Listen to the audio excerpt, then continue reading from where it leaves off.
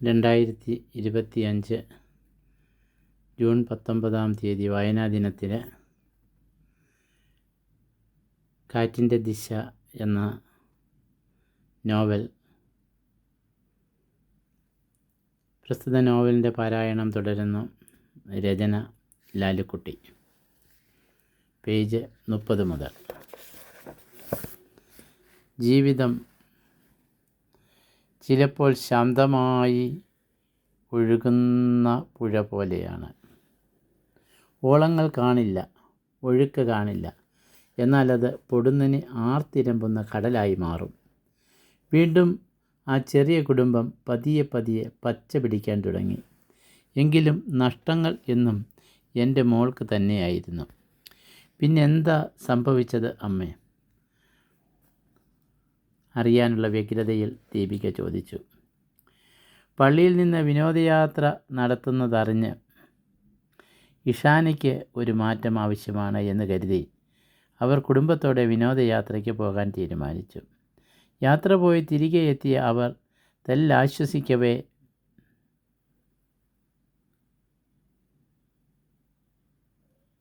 പക്ഷേ അതിന് ആയുസ്സുണ്ടായിരുന്നില്ല.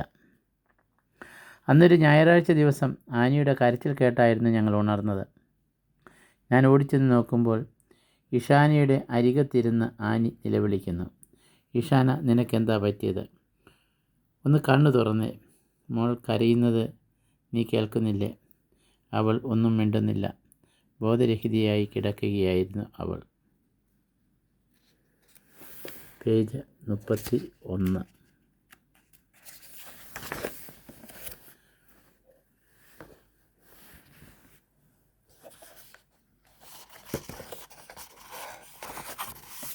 പേജ് 32. ഒച്ചയും ബഹളവും കേട്ട് ഒരാൾ വണ്ടിയുമായി എത്തി. വളരെ വേഗം അവളെ ഹോസ്പിറ്റലിൽ എത്തിച്ചു. എല്ലാവരും പുറത്തു നിന്നേ 48 മണിക്കൂർ കഴിഞ്ഞ് എന്തെങ്കിലും പറയാൻ പറ്റുകയുള്ളൂ, ആശുപത്രിക്കാർ ഞങ്ങളോട് പറഞ്ഞു. ഊണും ഉറക്കവും ഇല്ലാതെ ഞങ്ങൾ പ്രാർത്ഥനയിലായിരുന്നു. 2 ദിവസം കഴിഞ്ഞാണ് ബോധം വീണത്. ഇഷാനിയെ പരിശോധിച്ച ഡോക്ടർ വിധി എഴുതി. അവൾക്ക് ലിവർ സിറോസിസ് എന്ന രോഗമാണ്. കേട്ടപാട് ഞങ്ങൾ തളർന്നുപോയി. ഇന്നത്തെ പോലെ കരൾ മാറ്റിവയ്ക്കുന്ന ശസ്ത്രക്രിയ അന്നില്ല. ആനിക്ക് അത് ആരോ കൊടുത്തു. അന്ന് ആ ചികിത്സ ഉണ്ടായിരുന്നുവെങ്കിൽ അവളുടെ ഇക്ക തന്നെ അവൾക്ക് കൊടുക്കുമായിരുന്നു. അവൾ കാല് യവനികയ്ക്കുള്ളിലേക്ക് അടുത്തുകൊണ്ടിരിക്കുകയാണോ എന്ന സംശയം എന്നിൽ ബലപ്പെട്ടു. പതിവ് പോലെ രാവിലെ കാപ്പി വാങ്ങാനായി ക്യാൻറ്റീനിൽ പോയി തിരികെ വന്ന് ഞാൻ ഞെട്ടിപ്പോയി. ബെഡിൽ അവളില്ല. തറ മുഴുവൻ ബ്ലഡ്. ഒരു കുപ്പിയോളം വരും. അടുത്ത ബ്ലഡിലെ പേഷ്യൻറ്റിൻ്റെ കൂട്ടിരിപ്പുകാരി വിശദീകരിച്ചു.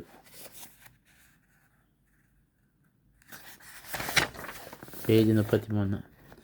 ബാത്റൂമിൽ പോകാൻ എണീറ്റതാ കുഴഞ്ഞു വീണു. നേഴ്സ് വന്ന് MRI എടുക്കാൻ കൊണ്ടുപോയി. കാര്യങ്ങൾ കൂടുതൽ അപകടത്തിലേക്ക് നീങ്ങുന്നു. വായുവിൽ അപ്പോൾ രൂപം കൊണ്ട അസ്വാസ്ഥ്യം ഉളവാക്കിയ പുതിയ തരം വീർപ്പുമുട്ടലുകൾ തിരിച്ചറിഞ്ഞ നിമിഷം എൻ്റെ കണ്ണുകളിൽ ഇരുട്ട് കയറി കണ്ണീർ കടലായി മാറി. ഹോസ്പിറ്റലിൽ നിന്നും ഡിസ്ചാർജ് ചെയ്യാൻ 2 മാസം എടുത്തു. ഓർമ്മശക്തിക്ക് സാരമായ മാറ്റം സംഭവിച്ചു. ആരോഗ്യം ക്ഷയിച്ചു തുടങ്ങി. മൈക്കിൾ വമ്പിച്ച കടക്കണിയിലായി. മകളെ അരികിലിരുത്തി ഇഷാന പറയും, ഞാൻ പോയാൽ എൻ്റെ ഇക്കാക്കയ്ക്കും മകൾക്കും ആരാ ഉള്ളത്? അറം പറ്റുന്ന വാക്കുകൾ പറയരുതെന്ന് എൻ്റെ താക്കീത്. മരുന്നും ഭക്ഷണവും വേണ്ട രീതിയിൽ കിട്ടാത്തതാവാം അവൾ ഞങ്ങളെ വിട്ട് ഇത്ര വേഗം പോയത്. എന്ത്, ചേച്ചിക്ക് അമ്മയെ നഷ്ടമായെന്നു? അതേ മോളെ. പതിവ് പോലെ സന്ധ്യാപ്രാർത്ഥന കഴിഞ്ഞ് ഉറങ്ങിയതാ. ഇക്ക എന്ന നിലവിളി കേട്ട് മൈക്കിൾ ഉണർന്നതും മൈക്കിളിൻ്റെ കയ്യിൽ ബലമായി ഒരു പിടി കണ്ണുകളിലേക്ക് സൂക്ഷിച്ചു നോക്കി. എന്തോ പ്രാരാബ്ധം ഏൽപ്പിക്കുന്നതായി തോന്നി. ഞാനാ ഡോക്ടറെ കൊണ്ടുവന്നത്. പരിശോധന ഇഷാന ഈ ലോകം വിട്ട് കഴിഞ്ഞിരുന്നു. ഇതറിഞ്ഞ മൈക്കിൾ ഭ്രാന്തനെ പോലെ അലമുറയിട്ട് കരഞ്ഞു. മരണാനന്തര ചടങ്ങിന് ശേഷം മൈക്കിൾ ആരോടും ഒന്നും മിണ്ടാതെ ദിനങ്ങൾ തള്ളി നീക്കി. അവനെ ഒന്ന് കാണണമായിരുന്നു. കുളിയില്ല, ഭക്ഷണമില്ല, ഉറക്കമില്ല. താടി വളർത്തി ചാരുകസേരയിൽ വിദൂരതയിലേക്ക് കണ്ണു നട്ട്, അതുമല്ലെങ്കിൽ ഇഷാനയുടെ കല്ലറയിൽ നിറകണ്ണുകളുമായി നിൽക്കുന്നത് കാണാം. സുഹൃത്തുക്കളും ബന്ധുക്കളും സുഹൃത്തുക്കളും ബന്ധുക്കളും എത്ര ശ്രമിച്ചിട്ടും മൈക്കിളിനെ സാധാരണ നിലയിൽ എത്തിക്കുവാൻ കഴിഞ്ഞില്ല. ദീപിക ചോദിച്ചു, അതെന്താ അമ്മേ അങ്കിൾ വല്ലാതെ മാറിയത്? നിനക്ക് അറിയാമല്ലോ, ജീവന് തുല്യം സ്നേഹിച്ച വ്യക്തി കൺമുമ്പിൽ പിടഞ്ഞ് മരിക്കുമ്പോൾ ആർക്കാണ് സഹിക്കാൻ ആവുക? ആണ്ടുകുർബാനകൾ പലതും കഴിഞ്ഞു. ആനിക്ക് 9 വയസ്സായി. എടാ മൈക്കിളെ, ആനി വളർന്നു വരികയാണ്. അവൾക്ക് ഒരമ്മയുടെ ആവശ്യമുണ്ട്. നീ മറ്റൊരു വിവാഹം കഴിക്കും. ആര് പറഞ്ഞു എൻ്റെ ഇഷു ഞങ്ങളോടൊപ്പമുണ്ട്? മൈക്കിൾ പറയും. അവൻ്റെ കരളലിയിക്കുന്ന കാഴ്ച കാണാനാകാതെ ഇടവക വികാരി മൈക്കിളിൻ്റെ വീട്ടുകാരെ വിവരമറിയിച്ചു. ഇതറിഞ്ഞ് മൈക്കിളിൻ്റെ സഹോദരി അന്നമ്മ മൈക്കിളിനോടൊപ്പം താമസം ആരംഭിച്ചു. സ്വന്തം മകളായി ആനിയെ വളർത്തി. ആവശ്യമായ വിദ്യാഭ്യാസം കൊടുക്കാൻ അവർ പ്രത്യേകം ശ്രദ്ധിച്ചു. മൈക്കിൾ സ്വത്ത് മുഴുവൻ അന്നമ്മയുടെയും ആനിയുടെയും പേർക്ക് എഴുതി വച്ചു. പേജ് 35. എന്നിട്ടെന്തോ തീരുമാനിച്ചുറച്ചതുപോലെ ആനിയെ മടിയിലിരുത്തി താലോലിച്ചു. അവൾക്ക് ഇഷ്ടമുള്ളതെല്ലാം വാങ്ങി നൽകി. അവളോടൊപ്പം കളിച്ചും ചിരിച്ചും ആഹ്ലാദത്തോടെ കഴിഞ്ഞു. എല്ലാം മറന്നുള്ള ജീവിതം അധികം നീണ്ടു നിന്നില്ല. അന്നൊരു ക്രിസ്മസ് ദിനത്തിൽ അച്ഛനും മകളും പള്ളിയിൽ പോയി പ്രാർത്ഥിച്ച് തൂവെള്ള വസ്ത്രമണിഞ്ഞ ഒരു മാലാഖയെപ്പോലെ തിളങ്ങി നിന്ന ആനിയുടെയും അവളെ പാണിയിൽ വഹിച്ചുകൊണ്ടുവന്ന മൈക്കിളിൻ്റെയും രൂപം എൻ്റെ ഉള്ളിൽ നിന്ന് മായുന്നതിന് മുമ്പ് അത് സംഭവിച്ചു. അമ്മേ അമ്മേ ഒന്നിങ്ങ് വന്നേ. അയ്യോ, ആനിമോളുടെ ശബ്ദമല്ലേ അത്. ഞാൻ പോയിട്ട് വരാം. നിറഞ്ഞൊഴുകുന്ന കണ്ണുകൾ സാരിത്തുമ്പ് കൊണ്ട് തുടച്ച് ത്രേസ്യാമ്മ ആനിയുടെ അടുത്തേക്ക് പോയി. അപ്പോൾ ആനി, അല്ല ദീപിക, നീ ഉറങ്ങുകയാണെന്നാണ് ഞാൻ കരുതിയത്. എന്താ, റൂമിലേക്ക് പോയില്ലായിരുന്നോ? ഇല്ല ചേച്ചി, ഞാൻ വെറുതെ അമ്മയോട് കുശലം പറഞ്ഞിരിക്കുകയായിരുന്നു. പേജ് 36. അതെയോ, നിങ്ങൾ കുശലം പറഞ്ഞിരിക്കുക. ഞാനൊന്ന് പുറത്തു പോയി വരാം. അത്രയ്ക്ക് അത്യാവശ്യമുള്ളത് കൊണ്ടാണ്. ഒന്നും തോന്നരുത്. നിനക്കെന്തെങ്കിലും വാങ്ങണമോ? ഒന്നും വേണ്ട ചേച്ചി. വേഗം വരണേ ചേച്ചി. മോളെ, ഡ്രൈവർ വന്നിട്ടുണ്ട്. ത്രേസ്യാമ്മച്ചി പറഞ്ഞു. അപ്പോൾ ശരി, ഞാൻ പോയി വരാം. ആനി കാറിൽ കയറിപ്പോകുന്നത് ഇരുവരും നോക്കി നിന്നു. ത്രേസ്യാമ്മ വീണ്ടും തുടർന്നു. എങ്ങനെ ജീവിക്കേണ്ട കുട്ടിയായിരുന്നു അവൾ. ഇന്നിപ്പോൾ പൊതുനന്മ കാക്ഷിച്ച് ഇറങ്ങിയിരിക്കുകയാണ്. ഇന്ന് പണം കൊണ്ടും സുഹൃത്ബന്ധം കൊണ്ടും പലതും നേടാനാകും. എങ്കിലും കുടുംബം, അതല്ലേ ഏതൊരു വ്യക്തിയുടെയും സമ്പത്ത്. അതില്ലാതെ എന്ത് സമാധാനമാണുള്ളത്? ഒന്ന് വീണാൽ കരഞ്ഞാൽ താങ്ങി നിർത്താൻ ആരാ ഉള്ളത്? അതെ, ദീപിക സമ്മതം മൂളി. അതിനെൻ്റെ മോൾ അനാഥയാണെന്ന് ആരാ പറഞ്ഞത്? അവൾക്കെല്ലാവരുമുണ്ട്. എന്നാൽ ഇന്ന് അവളെ നിരാശയിലാക്കിയവയെല്ലാം ഒന്നൊന്നായി നീങ്ങിക്കൊണ്ടിരിക്കുന്നു. ഇനിയെങ്കിലും അവളുടെ കുടുംബം നേരെയായി കണ്ടാൽ മതിയായിരുന്നു. പേജ് 37. അല്ല ദീപികെ, നിൻ്റെ മാതാപിതാക്കൾ എവിടെയാ? അമ്മേ, എനിക്ക് അമ്മയെയും അച്ഛനെയും കണ്ട ഓർമ്മയില്ല. ഫാദർ ഫിലിപ്പിൻ്റെ നേതൃത്വത്തിലുള്ള അനാഥാലയത്തിലാണ് ഞാൻ വളർന്നത്. അടുത്തുള്ള ക്രിസ്ത്യൻ സ്കൂളിൽ പഠനം. കന്യാസ്ത്രീയാകാൻ ആഗ്രഹിച്ചു. പക്ഷേ ദൈവഹിതം ഹോം നേഴ്സ് ആകാനായിരുന്നു. അതുകൊണ്ട് ആനി ചേച്ചിയെ ശുശ്രൂഷിക്കാനും പരിചയപ്പെടാനും അവസരം ലഭിച്ചു. തീരെ അവശനിലയിലായിരുന്ന ചേച്ചിയെ കണ്ടപ്പോൾ എന്തോ ഒരടുപ്പം തോന്നി. അതുകൊണ്ടാവാം ഒരിക്കലും പിരിയാനാകാത്ത നിഷ്കളങ്ക സ്നേഹപ്രതീകമായി ചേച്ചി ഇന്ന് നിറഞ്ഞു നിൽക്കുന്നത്. ഇത്രയേറെ വേദന എന്താകും എന്ന് എനിക്കിപ്പോൾ ഊഹിക്കാനാകും. എങ്കിലും യാഥാർത്ഥ്യം മനസ്സിലാക്കാനായാൽ എന്നെക്കൊണ്ടാകുന്ന വിധത്തിൽ ചേച്ചിയെ കുടുംബമായി മാറ്റാനാകുമെന്ന ശുഭാപ്തി വിശ്വാസം എനിക്കുണ്ട്. നിന്നേക്കാൾ പ്രായവ്യത്യാസം കൊണ്ടും എൻ്റെ ജ്യേഷ്ഠ സഹോദരിയാണവൾ. അതുകൊണ്ട് തന്നെ ആനിയുടെ മനസ്സിനെ കീഴ്പ്പെടുത്താൻ മോൾക്ക് കഴിയും. അവളൊരു പാവമാണെന്ന് ഞാൻ പറയാതെ തന്നെ മോൾക്കറിയാമല്ലോ. ആട്ടെ, എന്താ ആനി ചേച്ചിയുടെ അച്ഛന് പറ്റിയത്? പേജ് 38. നിലാവുള്ള രാത്രിയിൽ നേരം പുലരുവോളം സൊറ പറഞ്ഞ് കഴിഞ്ഞ മൈക്കിൾ തിരികെ ജീവിതത്തിലേക്ക് വന്ന ആനന്ദം കെട്ടടങ്ങും മുമ്പേ അത് സംഭവിച്ചു. എന്താ മോൾക്ക് ക്രിസ്മസ് കേക്ക് വാങ്ങാൻ പോയതായിരുന്നു. റോഡ് മുറിച്ച് കടക്കുന്നതിനിടയിൽ എതിരെ വന്ന സൂപ്പർ ഫാസ്റ്റ് ഇടിച്ച് തെറിപ്പിക്കുകയായിരുന്നു. തലയ്ക്ക് ഏറ്റ ക്ഷതം കാരണം ഓർമ്മശക്തി നഷ്ടമായി. ഞങ്ങളുടെ അശ്രാന്ത പരിശ്രമം കൊണ്ട് കുറച്ച് മാറ്റം വന്നുവെങ്കിലും ചില സമയങ്ങളിൽ ഭ്രാന്തനെ പോലെയാകും. പെട്ടെന്ന് കോപിക്കും, ആനിയെ ശകാരിക്കും. എന്തിനേറെ എന്നെപ്പോലും അവനിഷ്ടമല്ല. മൈക്കിളിൻ്റെ പെങ്ങൾ അന്നമ്മ ആനിയെ കുറ്റപ്പെടുത്താൻ തുടങ്ങി. ഏത് നശിച്ച നേരത്താണോ ഇതിൻ്റെ ജനനം? ആദ്യം തള്ളയെ കൊന്നു, ഇപ്പോൾ അപ്പനെയും. ഈശ്വരാ, എൻ്റെ പൊന്നാങ്ങളയ്ക്ക് ഒന്നും വരുത്തരുതേ. അന്നമ്മയുടെ പുലമ്പൽ അങ്ങനെ. മൈക്കിൾ ആനിയുടെ കാര്യം ശ്രദ്ധിക്കില്ല. അവൾ യൗവനയുക്തയായത് അവൻ അറിഞ്ഞതേയില്ല. ആ അമ്മച്ചി, അല്ല അന്നമ്മച്ചേട്ടത്തിക്ക് മക്കളുണ്ടോ? അവർ വിവാഹിതയല്ലേ? അവർ ഇപ്പോൾ എവിടെയാണ്? പേജ് 39. ഇവിടെ തന്നെയാ, ഇപ്പോൾ പുറത്തു പോയിരിക്കുക. നിന്നെ അതിശയിപ്പിക്കുന്ന കാഴ്ച ആയിരിക്കും അന്നമ്മ വരുമ്പോൾ കാണുന്നത്. അതെന്താ? അത് സസ്പെൻസാ. അവളെ വളർത്തി വലുതാക്കിയതും അതോടൊപ്പം അവളുടെ തകർച്ചയ്ക്ക് കാരണക്കാരായതും ഞങ്ങൾ തന്നെ. എന്നിട്ടും അവൾ ഞങ്ങളെ സ്നേഹിക്കുന്നതും സ്വന്തം മക്കൾ പോലും കാണിക്കാത്ത കരുണ കാണിക്കുന്നതും കണ്ടില്ലേ? എന്ത് നല്ല ചേച്ചിയാ! അത് പറയേണ്ടതുണ്ടോ?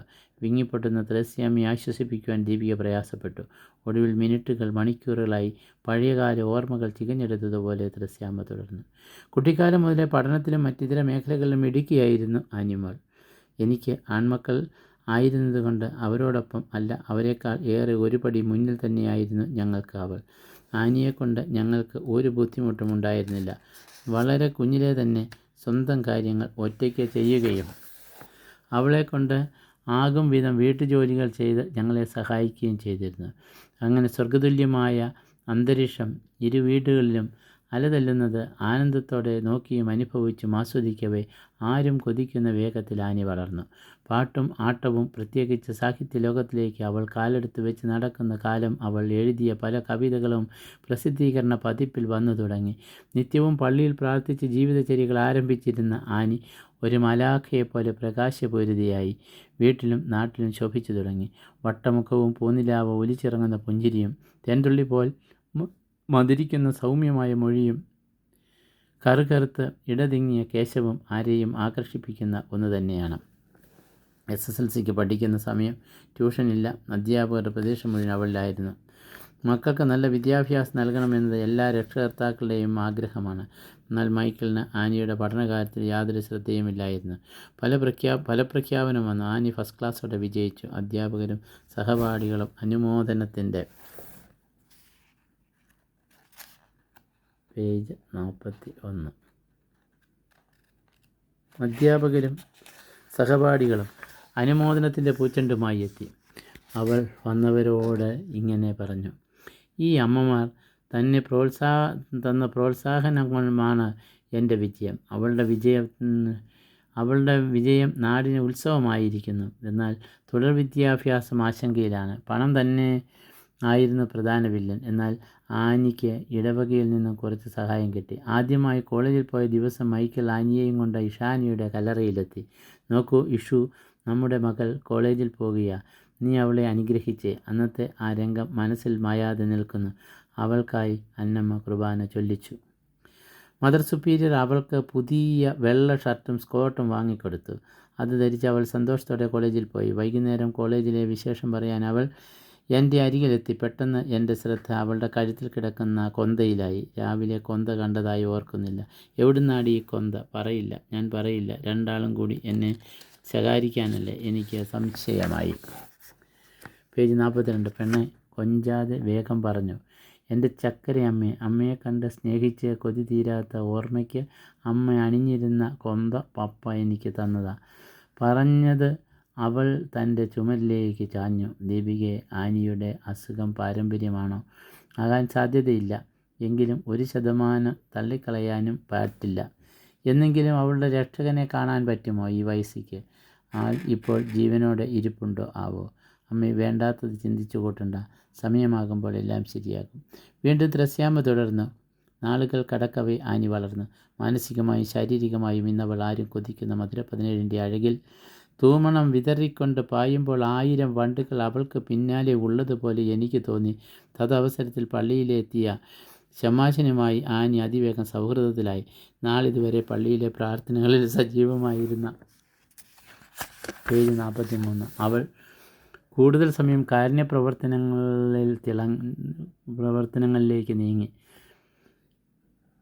ഇത് കണ്ട ഇടവക അംഗങ്ങളും നാട്ടുകാരും ആനിയും ശമാശനും തമ്മിലുള്ള പവിത്രമായ ബന്ധത്തെ മോശമായി ചിത്രീകരിച്ചു. ആരോപണങ്ങൾ ഉന്നയിച്ച് എൻ്റെ പൊട്ട ബുദ്ധിയിൽ തോന്നിയ വികാരങ്ങൾ ഞാൻ അവളെ അടിച്ചേൽപ്പിക്കാൻ ശ്രമിച്ചു. പാവം എൻ്റെ മോള്. എനിക്കവളെ ശരിയായി മനസ്സിലാക്കാൻ കഴിഞ്ഞില്ലല്ലോ. കത്തുന്ന തീജ്വാലയും പുകപടലങ്ങളുമെല്ലാം അവളുടെ നേരിനെയല്ല, നന്മയുടെ ജീവാംശത്തെ ഇല്ലാതാക്കിയെന്ന് തന്നെ പറയാം. ദീപിക വികാരഭരിതയായി. കുറേ സമയത്തേക്ക് നിശബ്ദത. മുറ്റത്ത് കാർ വരുന്ന ശബ്ദം കേട്ട് അവരിരുവരും ഞെട്ടിയുണർന്നു. ചേച്ചി വന്നെന്ന് തോന്നുന്നു, ഞാൻ പോയി നോക്കാം മോളെ. പിന്നാലെ ദീപികയും. നിറഞ്ഞ പുഞ്ചിരിയും കയ്യിൽ നിറയെ സാധനങ്ങളുമായി കടന്നെത്തിയ ആനിയെ ഇരുവരും സ്വീകരിച്ചു. കയ്യിലിരിക്കുന്ന സാധനങ്ങൾ ദീപികയ്ക്ക് നേരെ നീട്ടിക്കൊണ്ട് ആനി പറഞ്ഞു, ഇതെല്ലാം എൻ്റെ പൊന്നനുജത്തിക്കാണ്. പേജ് 44. ദീപികയുടെ മിഴികൾ നിറവാർന്നു. അയ്യേ, എന്താ ഇത്?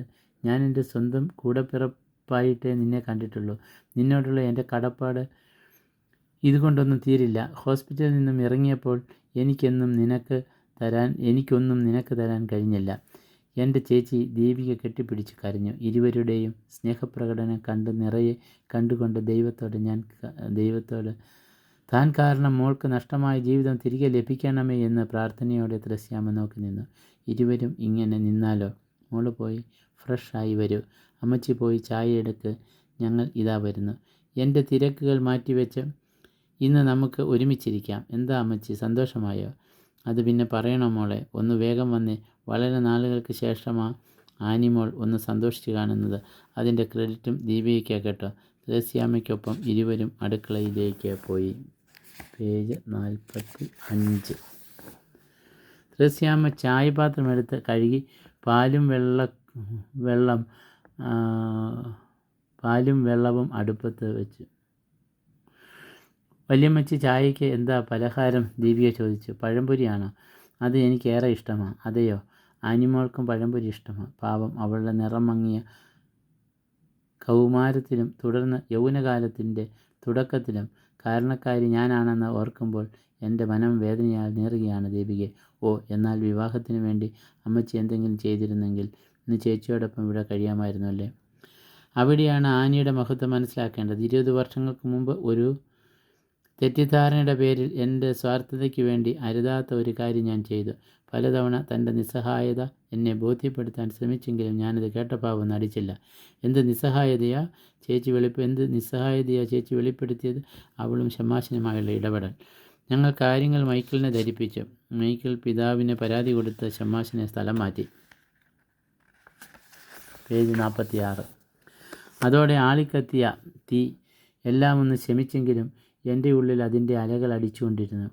അപ്പോഴാണ് PDC ഫലം വന്നത്. വിജയിച്ച അവളെ ഉപരിപഠനത്തിന് ചേർക്കണമെന്ന ആഗ്രഹം ഉള്ളതിനോടൊപ്പം അവളും ഇഷ്ണനായയുടെ പാത പിന്തുടർന്നാലോ എന്നാലോചിച്ച് ഞാനത് മനഃപൂർവ്വം ഒഴിവാക്കാൻ ശ്രമിച്ചു.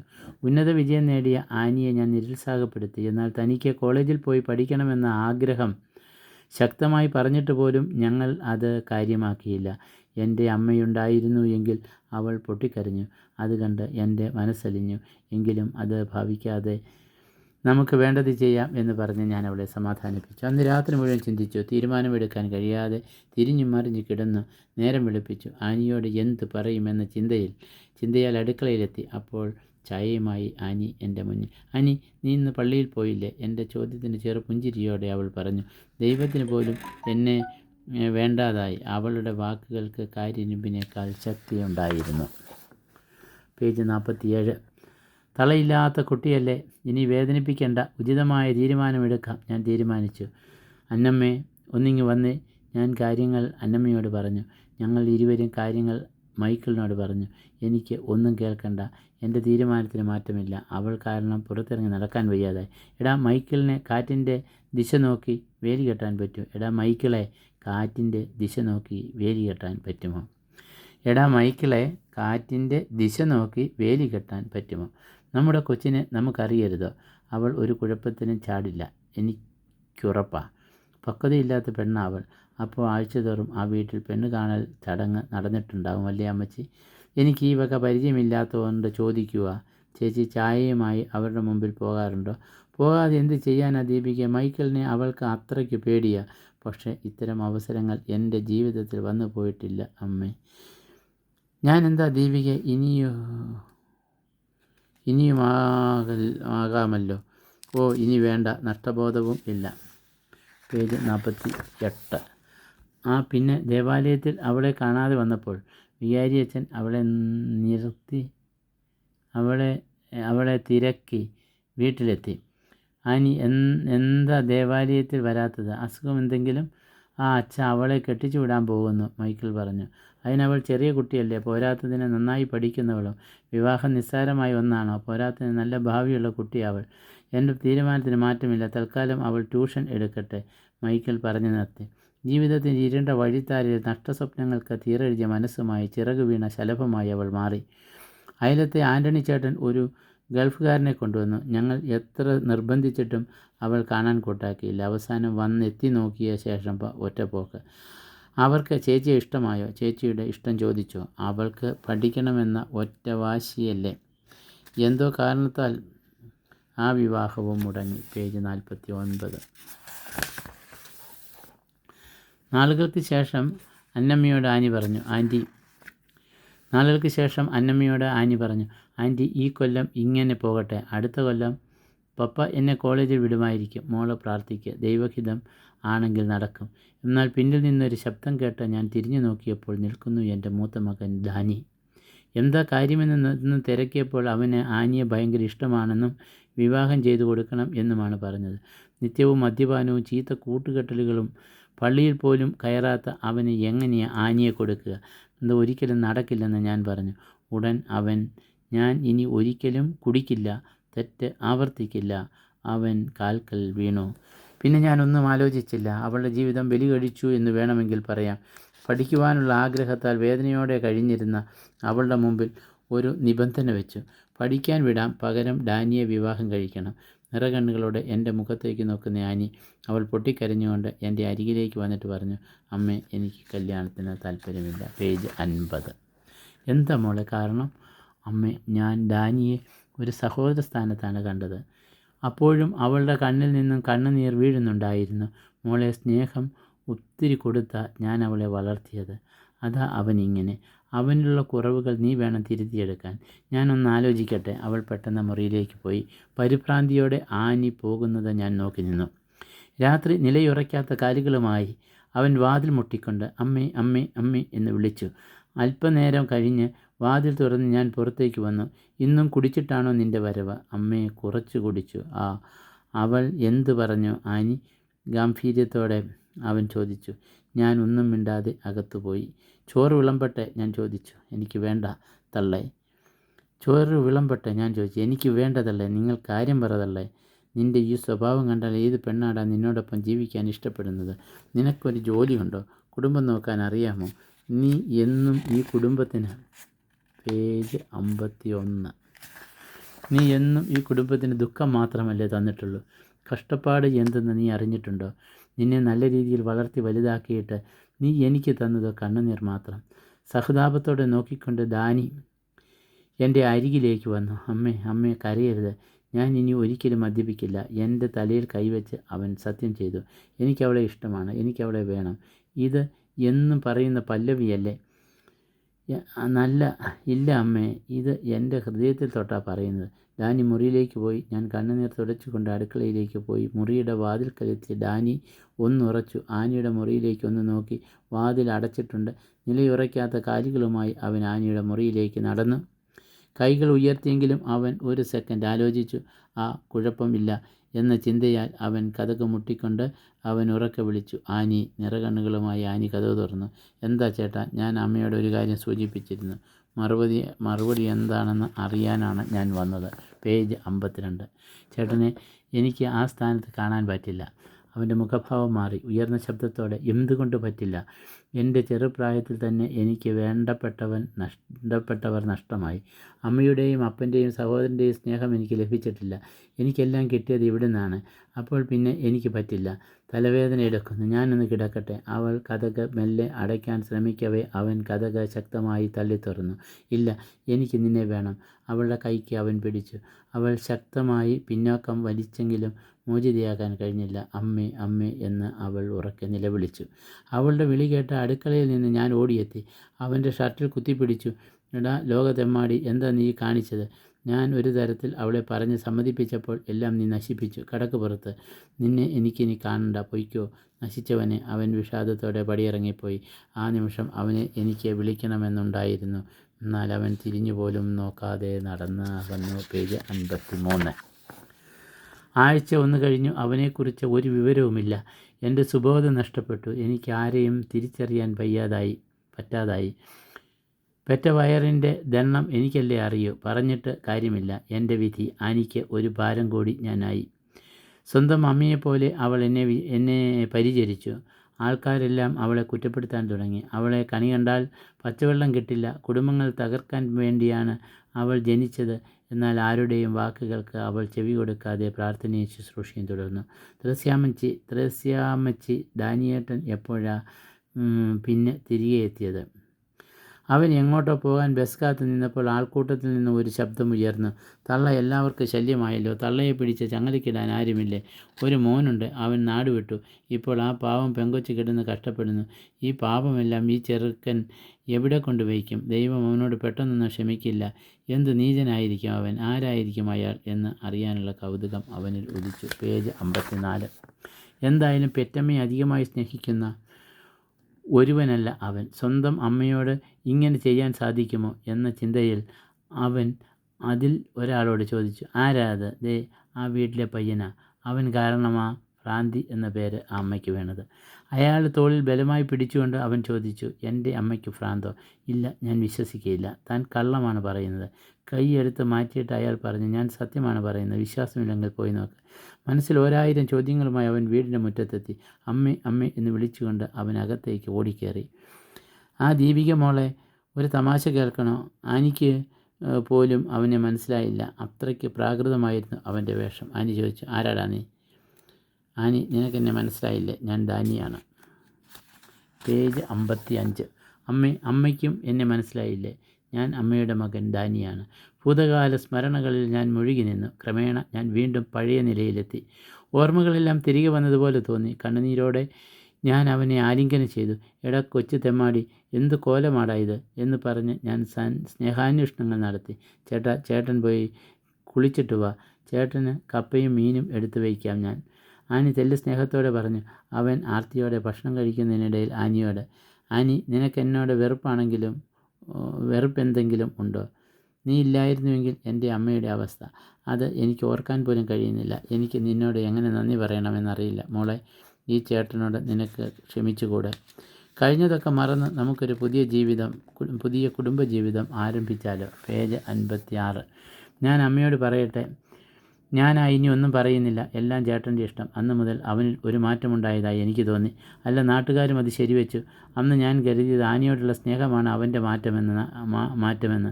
നടന്നു. കാലത്തെ പഴിച്ചിട്ട് എന്ത് കാര്യം? സ്വയം ന്യായീകരിച്ചുകൊണ്ട് ത്രേസ്യാമ്മ തുടർന്നു. അങ്ങനെ അവരുടെ വിവാഹം ഉറപ്പിച്ചു. ഇന്നത്തെ പോലെ ഫോൺ സംവിധാനങ്ങൾ ഒന്നും തന്നെ അന്നില്ലായിരുന്നു. അതുകൊണ്ട് തന്നെ പരസ്പരം മനസ്സിലാക്കാൻ അവർക്ക് സാധിച്ചിരുന്നില്ല. അങ്ങനെ വിവാഹ ദിവസം എത്തി. ഒരു മാലാഖയെപ്പോലെ സുന്ദരിയായും മുഖത്ത് ചെറുപുഞ്ചിരിയുമായി വിവാഹത്തിനായി ദേവാലയത്തിൽ കടന്നെത്തിയ ആനിയെ കണ്ടപ്പോൾ ഞാൻ അവളെ വഞ്ചിക്കുകയാണോ എന്ന കുറ്റബോധം എൻ്റെ മനസ്സിൽ ഉടലെടുത്തു. വിവാഹ ചടങ്ങുകൾ കഴിഞ്ഞ് വീട്ടിലെത്തി. ആളുകൾ ഒഴിഞ്ഞ നേരം പുത്തൻ പ്രതീക്ഷകളുമായി നിന്ന് ആനിയെ കണ്ട എൻ്റെ ഉള്ളം ഒന്ന് പിടഞ്ഞു. അവൻ കൂട്ടുകാരുമൊത്ത് വിവാഹ ആഘോഷം മധ്യത്തിൽ. എന്താ അമ്മ സംഭവിച്ചത്? അതെനിക്കിനി പറയാനാവില്ല മോളെ. പേജ് 57.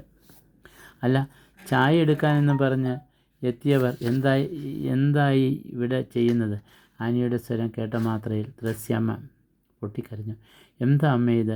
പഴയ കാര്യങ്ങൾ ഓരോന്നും ദീപികയോട് വിളമ്പി കാണുമല്ലേ? ദൈവം ഒരിക്കലും നമ്മുടെ തിന്മയ്ക്കായി ചെയ്യുന്നില്ല.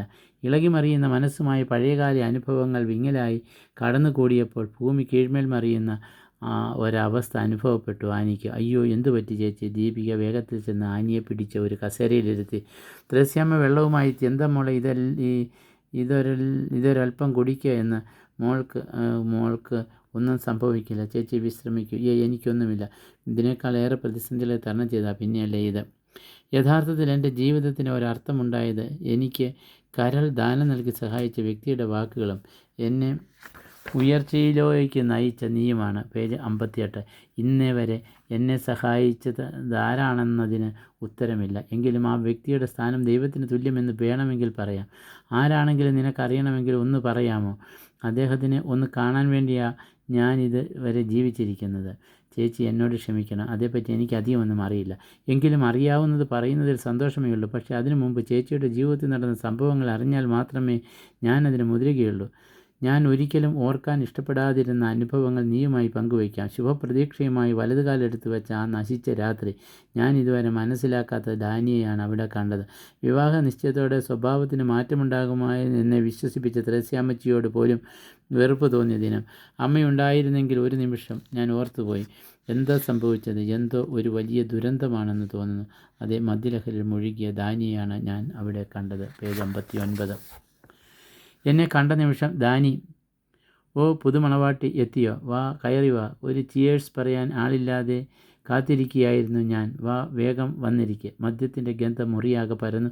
എനിക്ക് തലകറങ്ങുന്നതായി തോന്നി. പുറത്തേക്ക് ഇറങ്ങാൻ ശ്രമിച്ച എന്നെ ദാനി ബലമായി എന്നെ പിടിച്ചിരുത്തി.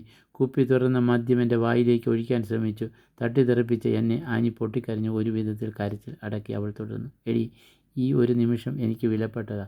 നിൻ്റെ അഴിഞ്ഞാട്ടം അവസാനിപ്പിക്കാം. എന്താ ഡാനി ഇങ്ങനെ? ഓ, എന്നെ നിനക്ക് പുച്ഛമല്ലോടി. ഒരുമ്പെട്ടവളെ, തള്ളയില്ലാത്ത നിന്നോട് ചെറുപ്പത്തിൽ തോന്നിയ സഹതാപം വളർന്നപ്പോൾ തള്ളയേക്കാൾ കേമത്തി. എല്ലാം അറിഞ്ഞിട്ട് തന്നെയാടി നിന്നെ വിവാഹം ചെയ്ത്. ഡാനി, നമുക്കിപ്പോൾ പിരിയാം. നിൻ്റെ മറ്റവൻ നിന്നെ പഠിപ്പിക്കാമെന്ന് പറഞ്ഞു. അതോ അവൻ പുറത്ത് നിൽപ്പുണ്ടോ?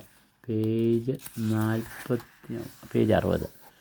അവൻ്റെ വിഴിപ്പാണല്ലോ ഞാൻ ചുമക്കേണ്ടത്.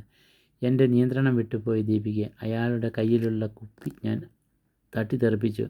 അതിൽ അരിശം പൂണ്ട് അയാൾ പൊട്ടിയ കുപ്പിയെടുത്ത് എൻ്റെ വയറ്റിൽ ആഞ്ഞുകുത്തി. കലിയടങ്ങാതെ അലറിക്കൊണ്ട് അയാൾ, മദ്യമാണടി എൻ്റെ ആദ്യ ഭാര്യ. നീ എനിക്ക് വെറുമൊരു പെണ്ണ്. അയ്യോ, ദീപിക പൊട്ടിക്കരഞ്ഞു. എന്നിട്ട് ഇത് കേട്ട് വന്ന ത്രേസ്യാമ്മ തുടർന്ന്, ചോരയിൽ കുളിച്ചു കിടന്ന എൻ്റെ പൊന്നുമോളുടെ രൂപം ഇന്നും മായാതെ നിൽക്കുന്നു. പുത്തൻ സ്വപ്നങ്ങളുമായി വിവാഹത്തിലേക്ക് കടന്നു ചെന്ന എൻ്റെ പൊന്നുമോൾ അന്തിയുറങ്ങിയത് ഹോസ്പിറ്റലിലാണ്. നാട്ടുകാരും ബന്ധുക്കളും വളരെ ഞെട്ടലോടെയാണ് ആ വാർത്ത കേട്ടത്. പുതുപ്പെണ്ണ് ദിവസങ്ങളോളം ആശുപത്രി കിടക്കയിൽ. തെളിവുകൾ ശേഖരിക്കാൻ വന്ന പോലീസ് ആനിയോട് ചോദിച്ചു, നിങ്ങൾ തമ്മിൽ എന്താണ് പ്രശ്നം? അയാൾ എന്തിനാ തന്നെ കൊല്ലാൻ ശ്രമം നടത്തിയത്? ഇല്ല സാർ, എന്നെ ആരും കൊല്ലാൻ ശ്രമിച്ചതല്ല. ഡോറിനോട് ചേർന്നിരുന്ന മദ്യക്കുപ്പി തട്ടി അതിൻ്റെ പുറത്ത് ഞാൻ വീണു. അങ്ങനെയാണ് എനിക്ക് അപകടം പറ്റിയത്. തൽക്കാലം ഡാനി രക്ഷപ്പെട്ടു. അവന് മാനസാന്തരം വരുമെന്ന് ഞങ്ങൾ കരുതി. ആനിയെ ആശുപത്രിയിൽ നിന്നും കൊണ്ടുവരുന്നത് വരെ അവൻ ഒരിക്കൽ പോലും അവളെ തിരക്കിയില്ല. എന്നാൽ വീട്ടിൽ എത്തിയ അവളെ കുറ്റങ്ങളും കുറവുകളും പറഞ്ഞ് വിമർശിക്കുന്നത് അവൻ പതിവാക്കി. അതുമാത്രമല്ല, ബിസിനസ് തുടങ്ങണമെന്ന വ്യാജേന ആനിയുടെ സ്വത്തുക്കൾ തട്ടിയെടുക്കാൻ ശ്രമവും തുടങ്ങി. എന്തു ചോദിച്ചാലും അവൾ ഒന്നും പറയില്ല. നാളുകൾക്ക് ശേഷം അവൾ ഒരു ദിവസം പറഞ്ഞു, അമ്മേ, സ്വർണത്തിൻ്റെ ഒരു തരി പോലുമില്ല. ഇനി വീടും പറമ്പും വിൽക്കാനുള്ള ശ്രമമാണ്. ഇപ്പോൾ സമാധാനമായോ എല്ലാവർക്കും? നിറയുന്ന കണ്ണുകൾ ഒതുക്കാൻ ശ്രമിച്ചുകൊണ്ട് അവൾ പറഞ്ഞു. അമ്മയുണ്ടായിരുന്നുവെങ്കിൽ. മുറിയിൽ കയറി കട്ടിലിൽ കമിഴ്ന്നു കിടന്ന് അവൾ തേങ്ങി. തൻ്റെ മോഹങ്ങൾ കരിഞ്ഞു പോയതിൽ ആരെയും കുറ്റപ്പെടുത്താതെ അവൾ കിടന്നു. 6 മാസത്തോളം ഉണ്ടായ കഠിനമായ വേദനയിൽ വറ്റിവരേണ്ട ജലാശയങ്ങളും കാലവർഷാരംഭത്തോടെ സമ്പന്നമായി. പേമാരിയും വെള്ളപ്പൊക്കവും ശക്തമായി. കൃഷിയിടങ്ങൾ വെള്ളത്തിനടിയിലായി. അവരുടെ പേജ് 62. അവരുടെ കപ്പയും വാഴയും നശിച്ചു. മൈക്കിളിൻ്റെ മനസ്സിനെ ആനിയുടെ ജീവിതം വല്ലാതെ വിഷമിപ്പിച്ചു. ഒന്നിലും ഒരു ശ്രദ്ധയുമില്ല. ആരോഗ്യത്തിന് സാരമായ ഉലച്ചിൽ തട്ടി. അവൻ്റെ സ്വപ്നങ്ങളും പ്രതീക്ഷകളും കൈവിട്ടുപോയി. ചിറകറ്റ പക്ഷി കണക്കെ അവൻ നൊന്തു പിടയാൻ തുടങ്ങി. വീട്ടുകാര്യങ്ങൾ സംസാരിക്കവേ അവൻ പറഞ്ഞു, ഞാൻ ചെയ്ത മഹാ അപരാധം, അതിനുള്ള ശിക്ഷ ഞാൻ തന്നെ അനുഭവിക്കണം. ആട്ടിൻ തോലിട്ട ചെന്നായാണ് ഡാനി. മോളെ, പപ്പയ്ക്ക് തെറ്റുപറ്റി. ഈ പപ്പയോട് ക്ഷമിക്കുക. ഡാനിയെ നമുക്ക് ഡിവോഴ്സ് ചെയ്യാം. പപ്പ, എന്തായത്? അവൾ മൈക്കിളിനെ കെട്ടിപ്പിടിച്ച് കരഞ്ഞു. മൈക്കിൾ ആനിക്ക് 2-3 അർദ്ധ സർക്കാർ സ്ഥാപനങ്ങളിൽ ജോലി തരപ്പെടുത്തി.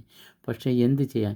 അവൻ ജോലിക്ക് പോകാൻ അനുവദിച്ചില്ല. എന്തിനധികം പറയണം? ദുഃഖങ്ങൾ കടിച്ചമർത്തിയുള്ള ജീവിതം. ഭക്ഷണത്തിനും ആഹാരത്തിനും നന്നായി ബുദ്ധിമുട്ടുണ്ട്. 2 ധ്രുവങ്ങളിലുള്ള അവരുടെ ജീവിതം ഏത് നിമിഷവും തകരുമെന്ന അവസ്ഥ. ചിതലരിക്കുന്ന ജീവിതത്തിൽ ഓർമ്മകൾ തന്നെ മരവിച്ചിരുന്നു. താങ്ങാനാവാത്ത ഹൃദയവ്യഥയോടെ അനന്തതയിലേക്ക് നോക്കി നിന്നു അവൾ. സംതൃപ്ത കുടുംബത്തിൻ്റെ സന്തുഷ്ട ജീവിതത്തിന് എന്നേക്കുമായി അവൾ വിരാമം കുറിച്ചു. സ്വത്ത് വിറ്റ് കിട്ടാൻ വേണ്ടി അവൻ ആനിയെ കൊല്ലുമെന്ന് ഭീഷണിപ്പെടുത്തി. മുടിക്ക് കുത്തിപ്പിടിച്ച് കവിളത്ത് അടിക്കുകയും അതുമല്ലെങ്കിൽ ആത്മഹത്യ ചെയ്യുമെന്ന് ഭീഷണിപ്പെടുത്തുകയും ചെയ്യുക പതിവാക്കി. ഉപദേശവുമായി ആരെങ്കിലും എത്തിയാൽ, എടി, ആരാ ഇവനാണോ ഇപ്പോൾ നിൻ്റെ? കേട്ട് എൻ്റെ കുഞ്ഞു മടുത്തു. മൈക്കിളും ആനിയും പുരീടം വിൽക്കുവാൻ തയ്യാറായി. പക്ഷേ അന്നമ്മ, മൈക്കിളെ, ആര് എന്ത് പ്രശ്നമുണ്ടാക്കിയാലും ഞാൻ ഇതിന് കൂട്ടുനിൽക്കില്ല. എൻ്റെ സമ്മതമില്ലാതെ വിൽക്കുന്നത് ഞാനൊന്ന് കാണട്ടെ. കുടുംബക്കാരെ വെറുപ്പിച്ചതിന് ദൈവം തന്നെ ശിക്ഷയാകും അല്ലേ ചേച്ചി, അവൻ എന്നോടായി. അന്ന് നേരം പുലരുവോളം ഈശോയുടെ ഫോട്ടോയും നോക്കി ഉറച്ച തീരുമാനമെടുത്ത പോലെ അവൻ ഞങ്ങളോട് പറഞ്ഞു, ഞാൻ പട്ടണത്തിൽ ജോലി നോക്കി പോവുകയാണ്. മടക്കം എപ്പോഴാണെന്ന് അറിയില്ല. വെറുതെ ഇരുന്ന് മടുത്തു. നന്നായി മൈക്കിളിനെ ഇപ്പോഴെങ്കിലും നിനക്ക് തോന്നിയല്ലോ. ജോലി ശരിയായാൽ ഞങ്ങളെ അറിയിക്കണം. ഓ, അന്ന് അവൻ പോയതാ. പിന്നെ അവൻ വന്നില്ല. പിന്നെ ചേച്ചിയുടെ പപ്പ വന്നില്ലേ? പേജ് 64. ഇല്ല മോളെ, ഞങ്ങൾ ഇതുവരെ പിന്നെ അവനെ കണ്ടിട്ടില്ല. അകലെ ആശ്രമത്തിൽ ജോലി ചെയ്യുന്നു എന്നറിയാൻ കഴിഞ്ഞു. രാജകുമാരിയെപ്പോലെ കഴിഞ്ഞിരുന്ന എൻ്റെ മകൾ അഭയാർത്ഥിയെപ്പോലെ കഴിയുന്നത് നോക്കി നിൽക്കാനേ എനിക്ക് കഴിഞ്ഞുള്ളൂ. ഈ അവസരത്തിൽ വിദേശത്ത് ജോലി ചെയ്യുന്ന എൻ്റെ ഇളയ മകൻ്റെ കുഞ്ഞുങ്ങളെ നോക്കാനായി എനിക്ക് പോകേണ്ടി വന്നു. വർഷങ്ങൾക്ക് ശേഷം മടങ്ങി വന്ന് എനിക്ക് ഞെട്ടിക്കുന്ന വിവരമാണ് ലഭിച്ചത്. നെടുവീർപ്പോടെ കസേരയിൽ ചാരിയിരുന്ന ത്രസ്യാമ്മയെ നോക്കി ആനി പറഞ്ഞു, ദീപികെ, ത്രസ്യാമ്മച്ചി പോയതോടെ ഞാൻ ശരിക്കും ഒറ്റപ്പെട്ടതുപോലെയായി. ഒന്നും സംസാരിക്കുവാനോ ദുഃഖങ്ങൾ പങ്കുവയ്ക്കുവാനോ കഴിയാതെ വീർപ്പുമുട്ടുന്ന ദിനങ്ങളിൽ ഞാൻ അറിയാതെ തന്നെ എൻ്റെ ദുഃഖങ്ങൾ പേപ്പറിൽ പകർത്തി. എൻ്റെ സുഹൃത്തുക്കൾ ആദ്യമൊക്കെ എൻ്റെ സഹായത്തിനെത്തിയിരുന്നു. എന്നാൽ ഡാനിയുടെ ഇടപെടൽ അതിന് വിരാമമിട്ടു. നാളുകൾ കഴിയവേ എൻ്റെ നില പതിയെ മെച്ചപ്പെട്ടു. ഞാൻ എഴുതിയ 1-2 പുസ്തകങ്ങൾ വായിക്കാൻ ഇടയായവരിൽ നിന്ന് കിട്ടിയ അഭിപ്രായം എന്നെ കൂടുതൽ എഴുതുവാൻ പ്രേരിപ്പിച്ചു. പേജ് 65. ഈ സമയം ഡാനി നടത്തിയിരുന്ന ബിസിനസ് ശരിയായി നടത്താത്തതിനാൽ തകർന്ന് തരിപ്പണമായി. മുതൽ മുടക്കുകൾ തിരികെ നൽകാനായി ഉണ്ടായിരുന്ന കിടപ്പാടവും പണവും പണയം വെച്ചു. അതോടെ അന്നന്നത്തെ അന്നത്തിന് പോലും വകയില്ലാതായി. മരുന്നുകൾ കഴിക്കാതെ എൻ്റെ സ്ഥിതിയും മോശമായി തുടങ്ങി. ഇതിനിടെ എന്നെ അന്വേഷിക്കാൻ എന്ന കത്ത് എഴുതി വെച്ച ഡാനി എങ്ങോട്ടോ പോയി. തികച്ചും പകച്ചുപോയ നിമിഷങ്ങൾ. ആത്മഹത്യ ചെയ്താലോ എന്നാലോചിച്ചു. എന്തിനു പറയുന്നു, അതിനും ഞാൻ ശ്രമിച്ചു എന്ന് വേണം പറയാൻ. പലതവണ എഴുന്നേറ്റ് ആഹാരം കഴിക്കണമെന്ന് തോന്നിയെങ്കിലും പരിസരം പോലും മറന്നുള്ള എൻ്റെ ഉറക്കം, അതിനിടയിൽ എഴുന്നേൽക്കാനാകില്ല എന്ന ചിന്ത എന്നെ തളർത്തി. പതിവിലും താമസിച്ചിട്ടും അല്ല, ഏകദേശം ഉച്ചയോട് അടുത്തപ്പോൾ ഒരു ശബ്ദം കേട്ടു. ഞാൻ തുടർന്നു. ശബ്ദത്തിൻ്റെ തീവ്രത കൂടിയപ്പോൾ ഞാൻ മെല്ലെ എഴുന്നേറ്റു. ഞാൻ മരിച്ചില്ലെന്ന യാഥാർത്ഥ്യം ഉൾക്കൊള്ളാൻ എനിക്കായില്ല. അതോ ഞാൻ സ്വപ്ന ലോകത്താണോ എന്ന് പോലും തോന്നി. മോളെ ആനി എന്ന ശബ്ദം ഉയർന്നു. ഞാൻ സ്വപ്നത്തിൽ നിന്നും ഞെട്ടിയുണർന്നു. ശബ്ദം കേട്ട ഭാഗത്തേക്ക് ചെന്നു. 66. അതാ മുന്നിൽ ഇടവുകാരി അച്ഛനും കപ്പിയാരും. എന്താ മോളെ, സുഖമില്ലേ? ഉറക്കമായിരുന്നോ? എന്താ ആനി ഒന്നും മിണ്ടാത്തത്? അല്ല അച്ഛാ, വല്ലാത്ത ക്ഷീണം. അച്ഛൻ കയറിയിരിക്കെ, ചായ എടുക്കാം. വേണ്ട മോളെ, നീ ഇവിടെ നിൽക്ക്, എനിക്ക് അല്പം സംസാരിക്കാനുണ്ട്. ഈ നിമിഷം നിരവധി ചോദ്യങ്ങൾ എൻ്റെ മുന്നിലൂടെ കടന്നുപോയി. നീണ്ട നെടുവീർപ്പിന് ശേഷം തുടർന്നു. ആത്മഹത്യയ്ക്ക് ശ്രമിച്ചു, അവിടെയും പരാജയപ്പെട്ടു. എന്താ ചേച്ചി, ആത്മഹത്യയ്ക്ക് ശ്രമിച്ചെന്ന്? അതെ, അമിതമായ എലിശല്യം ആയതിനാൽ നാളുകൾക്ക് മുമ്പ് വാങ്ങിയ എലിവിഷം ഉണ്ടായിരുന്നു. പിന്നെ ഒന്നും ആലോചിക്കാതെ ഞാനെടുത്ത് ഭക്ഷണത്തിൽ കലർത്തി വെച്ചു. രണ്ടും കൽപ്പിച്ച് അത് കഴിക്കാനിരുന്നു. പെട്ടെന്ന് എൻ്റെ മനസ്സിൽ ഞാൻ ഇതുവരെ വിശ്വസിച്ചിരുന്ന എൻ്റെ ദൈവത്തെ ഒന്ന് പ്രാർത്ഥിക്കണമെന്ന് തോന്നി. പിന്നെ ആലോചിക്കാതെ ഞാൻ പ്രാർത്ഥിക്കാനായി ഈശോയുടെ മുമ്പിലെത്തി. ഇരുട്ട് ബാധിച്ചതുപോലെ തോന്നിയത് കൊണ്ടാകാം, ഏറെ പ്രയാസപ്പെട്ട് ദൈവത്തോട് മാപ്പില്ലെന്ന് നിശ്ചയിച്ചതിൽ പ്രകാരം വിഷം കഴിക്കാനായിപ്പോയി. മനസ്സാകെ മരവിച്ച പ്രതീതിയായിരുന്നു. ശരീരം ക്ഷീണിച്ചിരുന്നതിനാൽ കണ്ണിൽ ഇരുട്ട് ബാധിക്കുന്നതായി തോന്നി. ഞാൻ അറിയാതെ നീണ്ട നിദ്രയിലേക്ക് വഴുതി വീണു. പേജ് 67. ചേച്ചി, അച്ഛൻ ഇവിടേക്ക് തന്നെ വന്നതായിരുന്നു? അതെ, അച്ഛൻ പറഞ്ഞത് ഇപ്രകാരമായിരുന്നു. പ്രാർത്ഥിക്കുന്നതിനിടയിൽ എന്തോ ആപത്ത് നിനക്ക് സംഭവിക്കുന്നതായി തോന്നി. ഞാൻ ഏറെ നേരം അൾത്താരയുടെ മുമ്പിൽ നിന്നെ സമർപ്പിച്ച് പ്രാർത്ഥിച്ചു. നേരം വെളുക്കുമ്പോൾ തന്നെ മോളെ വന്ന് കാണണമെന്ന് തോന്നി. ഈ കപ്പിയാര് താമസിച്ചതുകൊണ്ടാണ് ഞാൻ വൈകിയത്. ഇവിടെ എത്തുന്നത് വരെ എൻ്റെ മനസ്സിൽ വല്ലാത്ത ഉത്കണ്ഠയായിരുന്നു. ഇപ്പോഴതിലൊരാശ്വാസം വന്നത്. അതൊക്കെ പോട്ടെ, മോൾ ഇന്നലെ അരുതാത്തത് എന്തെങ്കിലും ചിന്തിച്ചിരുന്നോ? അച്ഛൻ്റെ ആ ചോദ്യം ഷോക്കേറ്റ അവസ്ഥ എന്നിൽ സൃഷ്ടിച്ചു. അത് ഞാൻ. മോളൊന്നും പറയണ്ട, എനിക്കെല്ലാം മനസ്സിലായി. ഇനിയെങ്കിലും ഇത്തരത്തിലുള്ള ചിന്ത ഉപേക്ഷിക്കുക. നിനക്കിപ്പോൾ മനസ്സിലായോ? പേജ് 68. ആനി, നീ തനിച്ചല്ല. ദൈവത്തിന് നിന്നെക്കുറിച്ച് ഒരു പദ്ധതിയുണ്ട്. തൽക്കാലം ജീവിക്കാനുള്ള കുറച്ച് പണം ഇതിലുണ്ട്. മോളിത് വാങ്ങൂ. ഒരു പൊതി നീട്ടിക്കൊണ്ട് അച്ഛൻ പറഞ്ഞു. ഞാൻ തെല്ലെന്ന് മടിച്ചു നിന്നു. എങ്കിലും അച്ഛൻ്റെ വാക്കുകളും എൻ്റെ നിവൃത്തികളും കൊണ്ട് ഞാനത് വാങ്ങി. എൻ്റെ കണ്ണുനീർ ധാരധാരയായി ഒഴുകി. അല്ല, ആനിമോൾ കരയുകയാണോ? സ്വന്തം ജ്യേഷ്ഠൻ തന്നതാണെന്ന് കരുതിക്കൊള്ളൂ. അല്ല മോളെ, ഇതെന്തൊരു നിൽപ്പാ. നമുക്കൊന്നിച്ച് പ്രാർത്ഥിക്കാം. അത് അച്ഛന് ഞാൻ കുടിക്കാൻ എന്തെങ്കിലും? മോൾ വിഷമിക്കേണ്ട, ഞാൻ കുടിച്ചെന്ന് കരുതിക്കുള്ളൂ. ഇനി എല്ലാ ദിവസവും ദേവാലയ ശുശ്രൂഷ പങ്കെടുക്കണം. അതിന് മുടക്കം വരുത്തരുത്. പഴയ ആനിമോളായി മാറണം. ചുറുചുറുക്കോടെ പ്രാർത്ഥനയിൽ സജീവമായ എല്ലാത്തിനും മുൻപന്തിയിലുള്ള ആ ആനി. ഓക്കെ, അതിന് ഇനി എനിക്കാവുമോ മച്ച? പിന്നെന്താ സംശയം? അതിനേക്കാൾ ഏറെ ഉന്നതങ്ങളിൽ നിനക്ക് എത്താൻ കഴിയും. പേജ് 65. വരൂ, നമുക്ക് പ്രാർത്ഥിക്കാം. അച്ഛൻ ആനിയുടെ നെറുകയിൽ കൈവച്ച് പ്രാർത്ഥിച്ചു. ആനിയുടെ കണ്ണുകൾ നിറഞ്ഞു തുളുമ്പി. അവളുടെ മിഴികൾ പ്രായശ്ചിത്തത്താൽ കഴുകി പുതിയ വ്യക്തിയായതുപോലെ തോന്നി. ദിവസങ്ങൾ കടക്കവേ താൻ ഏറെ ബഹുമാനിച്ചിരുന്ന ഷമാച്ചൻ കൊച്ചച്ഛനായി ഇടവക സന്ദർശനത്തിനെത്തി. ആനിയുടെ നിസ്സഹായാവസ്ഥ മനസ്സിലാക്കി അച്ഛൻ സഹായം വാഗ്ദാനം ചെയ്തുവെങ്കിലും ആനിക്ക് അത് സ്വീകരിക്കുവാൻ സാധിക്കുമായിരുന്നില്ല. ഇതിനിടയിൽ ദാനിയെ തിരക്കി ആനി പല സ്ഥലങ്ങളിൽ പോയെങ്കിലും നിരാശയോടെയാണ് മടങ്ങി വന്നത്. കൊച്ചച്ഛൻ 3 മാസത്തെ ഹൗസ് വിസിറ്റിംഗ് പൂർത്തിയാക്കി ആനിക്ക് നന്മകൾ ചേർന്ന് വിദേശത്തേക്ക് മടങ്ങി. പത്രത്തിലൊരു പരസ്യം കണ്ടു. ഡൽഹിയിൽ കുട്ടികൾക്ക് ട്യൂഷൻ ടീച്ചറെ ആവശ്യമുണ്ട് എന്ന്. ഈ പരസ്യം കണ്ടതേ തന്നെ ഈ ജോലി ദൈവം എനിക്ക് നിശ്ചയിച്ചതുപോലെ തോന്നി. അതും ഞാൻ ആഗ്രഹിച്ചതും. അങ്ങനെ നീണ്ട പ്രതിസന്ധികൾക്ക് ഒടുവിൽ എനിക്ക് ആ ജോലി ലഭിച്ചു. ഞാൻ വളരെ സംതൃപ്തി നേടി. അവിടുത്തെ പ്രമുഖ വ്യക്തി നടത്തുന്ന അനാഥാലയത്തിൽ കുട്ടികൾക്ക് ട്യൂഷൻ എടുക്കാനായി എന്നെ ക്ഷണിച്ചു. ശരിക്കും അവർ കുട്ടികളുടെ ഉന്നമനം ലക്ഷ്യം വെച്ചല്ല, മറിച്ച് സമൂഹത്തിൻ്റെ ശ്രദ്ധ പിടിച്ചുപറ്റാൻ വേണ്ടിയായിരുന്നു. ശരിക്കും അവിടെ നടന്നിരുന്നത് ബാലവേലയാണ്. പേജ് 70. കർക്കശക്കാരനായ മുതലാളിയുടെ വാക്ക് ധിക്കരിച്ച് കുട്ടികൾക്ക് പഠനത്തോടൊപ്പം മാനസികവും ശാരീരികവും വളർച്ച ഉണ്ടാകാൻ വേണ്ടി ഞാൻ അവരിൽ പാട്ടും നൃത്തവും അഭ്യസിപ്പിച്ചു. ദീപിക, നിനക്ക് അറിയാമോ, എൻ്റെ മനസ്സിൽ മായാതെ ഇപ്പോഴും കിടക്കുന്ന ഒരു മുഖമുണ്ട്. അനാഥാലയത്തിൽ വെച്ച് കണ്ടുമുട്ടിയ ആ ബാലൻ്റെ അച്ഛനും അമ്മയും നഷ്ടപ്പെട്ട വഴിയോരത്ത് നിന്നാണ് അവർക്ക് ഇവനെ കിട്ടിയത്. ഏറെ നേരവും ദുഃഖിതനായി മാത്രമാണ് ഇവനെ കണ്ടിരുന്നത്. അവിടെ അവർ ഏറ്റവും കൂടുതൽ കഷ്ടപ്പെടുത്തിയിരുന്നത് ഇവനെയായിരുന്നു. അവന് എന്നോട് വലിയ കാര്യമായിരുന്നു. കാരണം അവിടെ അവനോട് സൗമ്യമായി പെരുമാറിയ ഞാൻ മാത്രമായിരുന്നു.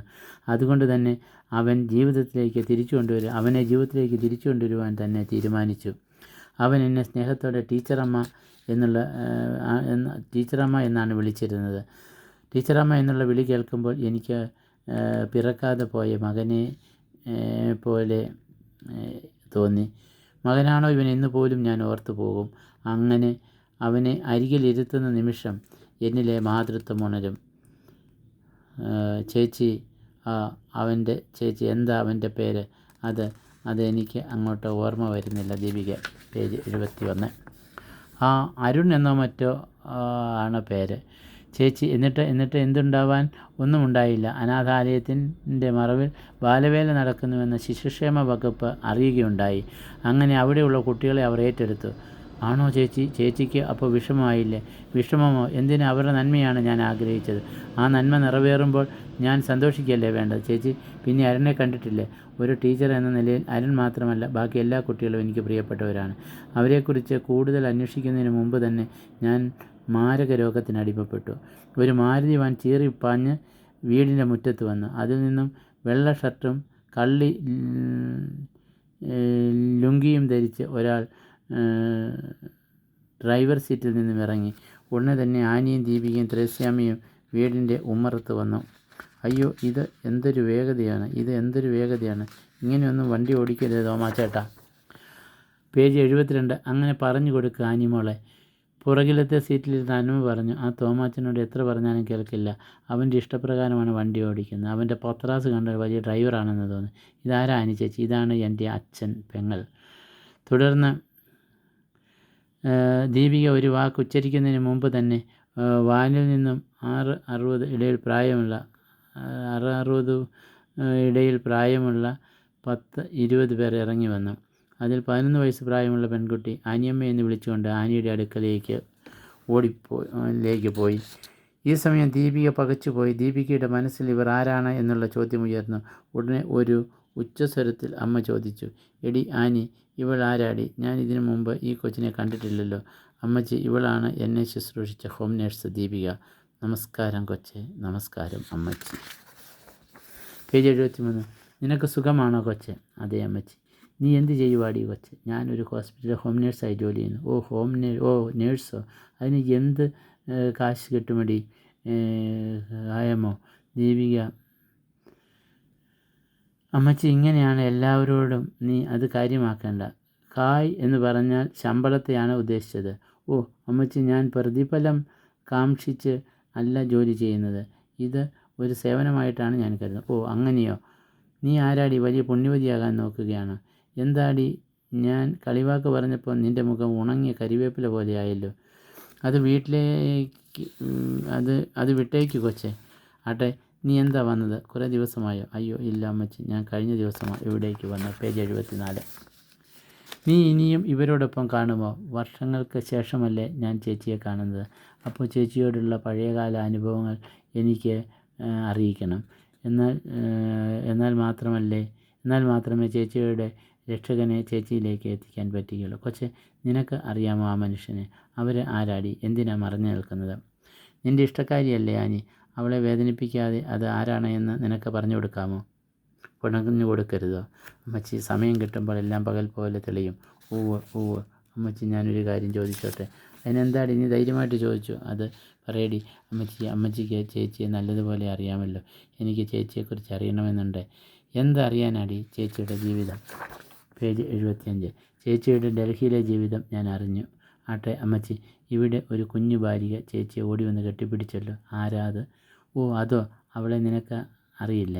ഇല്ല. ഒരു തുറന്ന പുസ്തകമായിരുന്നു അവൾ. ജീവിതത്തിൽ ഒരുപാട് ത്യാഗവും കഷ്ടപ്പാട് തരണം ചെയ്ത ഉയർന്നു വന്ന പാവങ്ങളുടെ ദൈവം. കഷ്ടപ്പാട് എന്നത് അവളുടെ കൂടപ്പിറപ്പായിരുന്നു. താഴ്ചയിൽ നിന്ന് മുകളിലേക്ക് യാത്ര അവൾക്ക് പ്രിയമുള്ളതാണ്. ആരുടെയോ കരുണ കൊണ്ട് തിരികെ കിട്ടിയ അവളുടെ ജീവൻ കഷ്ടപ്പാടിനു വേണ്ടി ഉപയോഗിക്കാനുള്ള തീരുമാനമാണ് ഇന്ന് അവളെ ഈ നിലയിൽ എത്തിക്കാൻ സഹായിച്ചത്. ഇന്നീ പ്രശസ്തി അവൾക്ക് കിട്ടിയത് ത്യാഗത്തിലൂടെയാണ്. വേദന സഹിക്കുന്നവർക്ക് ആനി ജീവൻ കളയാൻ പോലും മടിക്കില്ല. കാരണം വേദന എന്നത് അവൾക്ക് നന്നായി അറിയാം. സ്വന്തം ജീവിതത്തിൽ അവൾ ഒരുപാട് അനുഭവിച്ചതാണ്. അവളുടെ യാത്ര ആരംഭിച്ചതും അനുഭവത്തിലൂടെയാണ്. ഓ, നീ ആ കുഞ്ഞിനെ പറ്റിയാണല്ലോ ചോദിച്ചത്. എന്നോട് ക്ഷമിക്കടി, ആനിയെപ്പറ്റി പറഞ്ഞാൽ ഒരു ദിവസം തന്നെ വേണ്ടിവരും. ആ കുഞ്ഞിനെപ്പറ്റി ഞാൻ പറയാം. ഡൽഹിയിലെ ഉദ്യോഗം കഴിഞ്ഞ് തിരികെ ഇവിടേക്ക് വരാനായി കേരള എക്സ്പ്രസ്സിൽ കയറി കൊല്ലത്ത് ഇറങ്ങാനായിരുന്നു തീരുമാനം.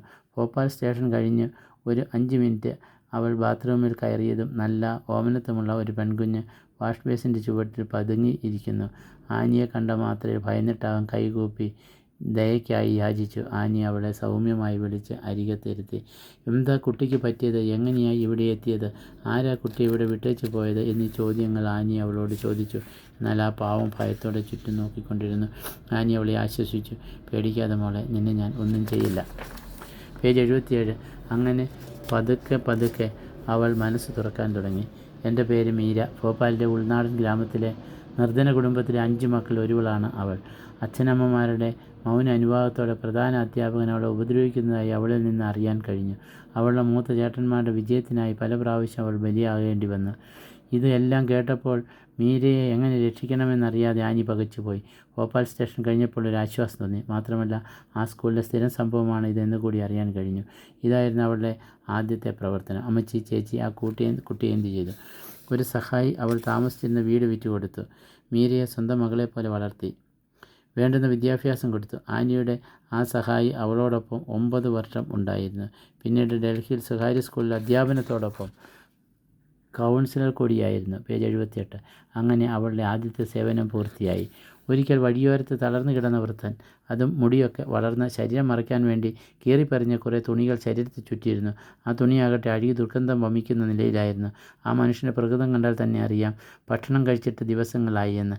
ആളുകൾ ഉപേക്ഷിച്ചിട്ട് പോകുന്ന ഭക്ഷണം കഴിച്ചാണ് ആ പാവം വിശപ്പ് അടക്കിയിരുന്നത്. ഭക്ഷണം നമ്മൾ പാഴാക്കുമ്പോൾ ആ ഭക്ഷണം അർഹിക്കുന്നവർ ഉണ്ടെന്നും നമ്മൾ ഓർക്കണം. ഇങ്ങനെയുള്ള മനുഷ്യരെ സമൂഹത്തിലുള്ള ആർക്കും വേണ്ട. അന്നൊരു ദുഃഖ വെള്ളിയാഴ്ചയായിരുന്നു. കുരിശ് ആരാധന കഴിഞ്ഞ് മടങ്ങി വരുന്ന വഴിക്കാണ് ആനി ആ മനുഷ്യനെ കാണുന്നത്. ആ മനുഷ്യനെ പിന്തുടർന്ന് 2 പേരുടെ സഹായത്തോടെ അയാളെ പിടിച്ച് അവൾ അയാളുടെ വീട്ടിൽ കൊണ്ടുപോയി. ആ സാഹചര്യത്തിൽ അയാളിൽ നിന്ന് അവൾക്ക് ഉപദ്രവം സഹിക്കേണ്ടി വന്നു. പക്ഷേ ആനി അതൊന്നും വകവയ്ക്കാതെ ആ വൃദ്ധനായ മനുഷ്യനെ ആ മൂഷിഞ്ഞ വാസ്തവത്തിൽ നിന്ന് കൊണ്ടുവരാൻ തന്നെ തീരുമാനിച്ചു. ആ മനുഷ്യൻ്റെ മുടി വെട്ടി കുളിപ്പിച്ച് വസ്ത്രം മാറ്റി പുത്തൻ വസ്ത്രം ധരിപ്പിച്ച് ഭക്ഷണം കൊടുത്തു. ഭക്ഷണം കഴിച്ചു കഴിഞ്ഞപ്പോൾ ആ മനുഷ്യനിൽ ഉണ്ടായ മാറ്റം തികച്ചും സന്തോഷം തരുന്ന കാഴ്ചയായിരുന്നു. തുടർന്ന് മോളെ എന്ന വിളിയും. ആ വിളി ആനി ഏറെ ഇഷ്ടപ്പെട്ടിരുന്നു. അമ്മയുടെ മരണശേഷം മൈക്കൽ അവളെ മോളെ എന്ന് വിളിച്ചിട്ടില്ല. ആ വിളി കേട്ടതും അവളുടെ കണ്ണ് നിറഞ്ഞു. ഇതിലൂടെ പുതിയ ആനിയായി മാറി. ജീവിതം ഒരു യാത്ര പോലെയാണ്. യാത്രയിൽ സന്തോഷകരമായ കാഴ്ചകളും ദുഃഖകരമായ കാഴ്ചകളും ഉണ്ടാകും.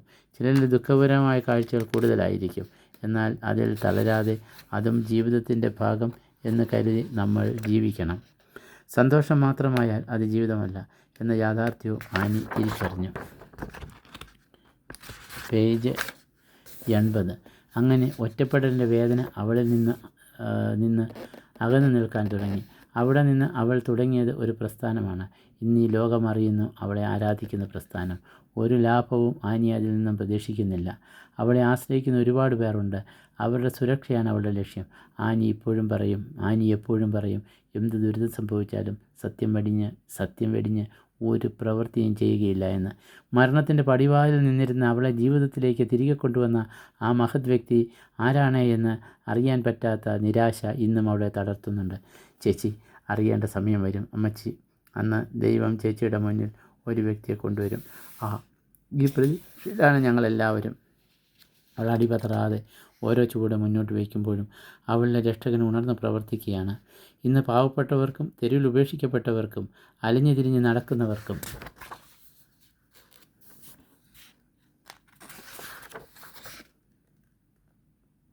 അവൾ തണൽ വൃക്ഷമാണ്. അതുമാത്രമല്ല, അവൾക്കും തണലേകുവാൻ വേണ്ടി സ്വന്തം വീടാണ് അവൾ തിരഞ്ഞെടുത്തത്. അവളും അവരോടൊപ്പം താമസം. അവളെ അറിയാത്തവർ ഒറ്റ വാക്കിൽ പറയും അവൾ ഒരു സാമൂഹിക പ്രവൃത്തിയാണെന്ന്. എന്നാൽ അവളെ അടുത്തറിയുന്നവർ പറയും മനുഷ്യസ്നേഹമുള്ള സഹജീവികളോടും ആത്മാർത്ഥതയുള്ള അവൾക്ക് വേണ്ടി ജീവിക്കുന്ന സാമൂഹിക പ്രവർത്തകരിൽ ഒരാളെന്ന്. അമ്മച്ചി ആരെയും ഇവിടെ കണ്ടില്ലേ? അവർ വരും. എടീ കൊച്ചേ, നീ ഇത് കേൾക്ക്. ഇന്ന് ഈ പ്രസ്ഥാനം ലോകത്തിൻ്റെ നാനാഭാഗത്തുമുണ്ട്. അതിൻ്റെ ഭാഗമായി ആരുമില്ലാത്ത സ്ത്രീകളെ തിരഞ്ഞെടുത്ത് അവർക്ക് അറിയാവുന്ന തൊഴിൽ അവരിൽ നിന്ന് അവർ കണ്ടെത്തി അതിനായി ഒരു തയ്യൽ സ്കൂൾ തുടങ്ങി. ഇതിനുവേണ്ടി ലോണിനും മറ്റ് അംഗീകാരത്തിനുമായി മുട്ടാത്ത വാതിലുകളില്ല. അതിൻ്റെ ഫലമാണ് ഇന്ന് ഈ സ്ഥാപനം. സ്ത്രീകൾക്ക് ആരെയും ആശ്രയിക്കാതെ ജീവിക്കാൻ വേണ്ടിയാണ് അവൾ ഇത് ചെയ്തത്. അമ്മച്ചി, ചേച്ചി ഫെമിനിസ്റ്റ് ആണോ? ഓടി, ഇങ്ങനെ തന്നെയാണ് എല്ലാവരും ചോദിക്കുന്നത്. ആരും സഹായിക്കാനില്ലാത്ത പുരുഷന്മാർക്കും അവൾ തണൽ വൃക്ഷമാണ്. ക്ഷമിക്കുക അമ്മച്ചി. ഇങ്ങനെ പല പല തൊഴിൽശാലകൾ അവൾ തുടങ്ങി. കുടനിർമ്മാണം അവൾ ഒരു പ്രതിഫലവും ആഗ്രഹിച്ചിരുന്നില്ല. ആനിയുടെ കഷ്ടപ്പാടിലാണ് അവർ ജീവിക്കുന്നത്. ആനിയില്ലായിരുന്നുവെങ്കിൽ ഇവരൊക്കെ ഇതിനു മുൻപേ ഈ ഭൂമി വിട്ട് പോകുമായിരുന്നു. ഇവരൊക്കെ ആനിയുടെ ആത്മസുഹൃത്തുക്കൾ ആണ്. പേജ് 83. അതെ, ചേച്ചിക്ക് കൂടുതലൊന്നുമില്ല. കുട്ടിക്കാലത്ത് അവൾക്ക് ചേച്ചിക്ക് കൂട്ടുകാർ ആരുമില്ലേ? അതെ, ചേച്ചിക്ക് കൂട്ടുകാർ ഒന്നുമില്ലേ? കുട്ടിക്കാലത്ത് അവൾക്ക് നിറയെ കൂട്ടുകാരികൾ ഉണ്ടായിരുന്നു. വിവാഹം കഴിഞ്ഞതോടെ എല്ലാവരും നഷ്ടമായി. എന്നാൽ ബോംബെയിൽ വെച്ച് അവൾക്ക് ഒരു കൂട്ടുകാരിയെ കിട്ടി. ബോംബെയിലോ? ആ ബോംബെ എന്താ, നീ കേട്ടിട്ടില്ലേടി? അവളുടെ സേവനത്തിൻ്റെ ഭാഗമായി ബോംബെയിലേക്ക് യാത്ര ചെയ്യേണ്ടി വന്നു. ഈ അവസരത്തിലാണ് അവളുടെ തന്നെ പ്രായമുള്ള സ്ത്രീയെ കണ്ടുമുട്ടിയത്. ആനിക്ക് ബോംബെയിൽ ഒരു സ്ഥലവും പരിചിതമല്ലായിരുന്നു. അപ്പോൾ ആ സ്ത്രീയാണ് അവളെ സഹായിച്ചത്. അങ്ങനെ അവർ പരാജയപ്പെട്ടു. ഏറെക്കുറെ 2 പേരുടെ ജീവിതവും തുല്യമായിരുന്നു. അമ്മച്ചി, എന്തായിരുന്നു അവളുടെ പേര്? അവളുടെ ജീവിതം ചേച്ചിയെപ്പോലെയായിരുന്നു.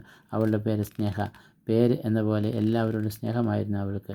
ആനിയോട് അവൾക്ക് എന്തോ നല്ല ഇഷ്ടമായിരുന്നു. ആനി ഒരു സാമൂഹിക പ്രവർത്തകയാണെന്ന് അറിഞ്ഞപ്പോൾ സ്നേഹ ആനിയെ അതിൽ നിന്നും പിന്തിരിപ്പിക്കാൻ ശ്രമിച്ചു. പിന്തിരിപ്പിക്കാനോ? അത് എന്താ അമ്മച്ചി അങ്ങനെ? സ്നേഹയുടെ ജീവിതം നരകതുല്യമാക്കിയത് ഈ പ്രവൃത്തിയാണ്. അവളുടെ ഭർത്താവും ആനിയെപ്പോലെ ഒരു സാമൂഹിക പ്രവർത്തകനായിരുന്നു. ജനങ്ങളുടെ ഏത് പ്രശ്നത്തിലും അയാൾ ഇടപെടും.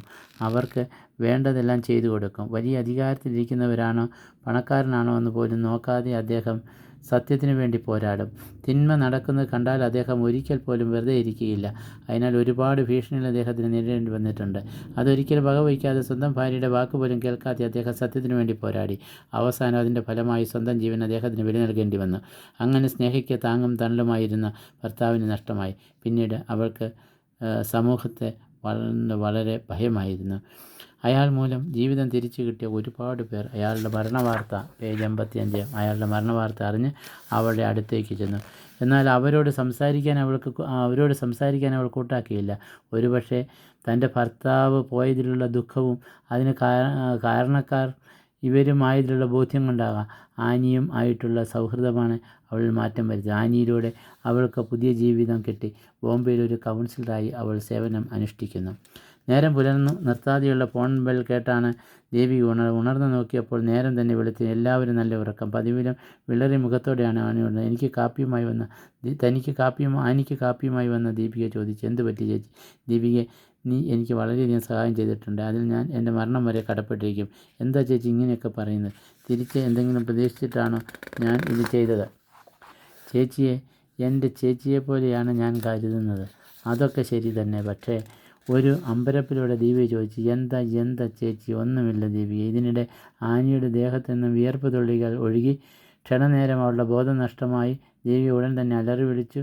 ഈ വിളിയിലൂടെ അന്നമ്മ ചാടി ഉണർന്നു. എന്താടി പെണ്ണെ, എന്തിനാടി ഇങ്ങനെ കിടന്ന് അലറുന്നത്? മനുഷ്യൻ്റെ ഉറക്കം കളഞ്ഞല്ലോ നീ. അമ്മച്ചി, ഇങ്ങ് വന്നേ, ഒന്ന് ഓടിവാ അമ്മച്ചി.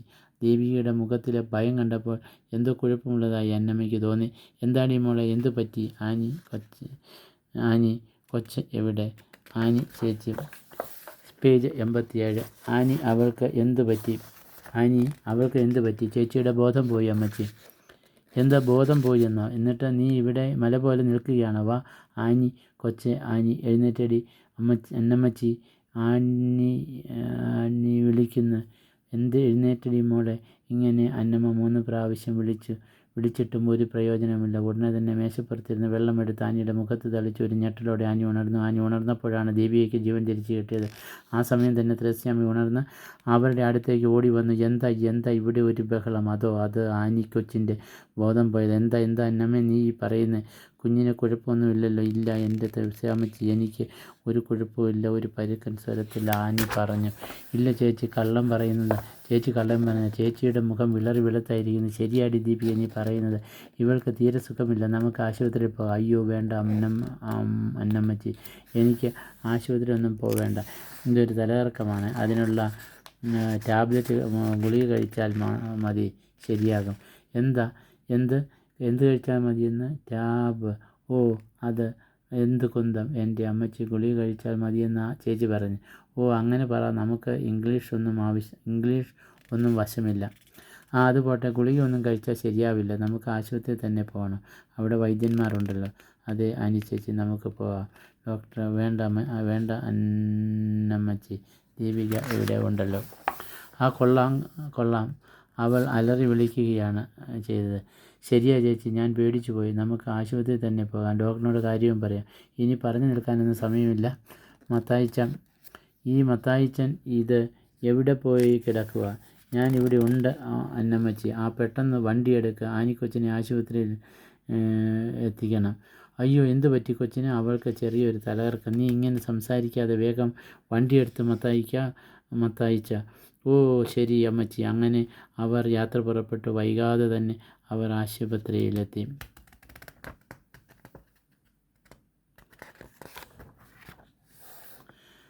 Excuse me sisters, let me introduce myself. I am Dr. Arun, the new assistant of Dr. Verma.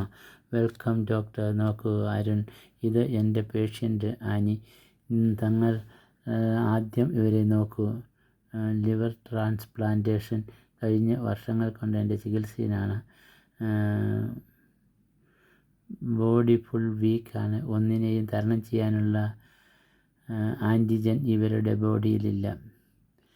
ക്രിട്ടിക്കലാണോ doctor? No Arun, stage ദൈവം സഹായിച്ചു കഴിഞ്ഞു. ഞാൻ പറഞ്ഞല്ലോ ഇവരുടെ ശരീരം വീക്കാണ്, അതുകൊണ്ട് ക്രിട്ടിക്കൽ പോലെ തോന്നുന്നത്.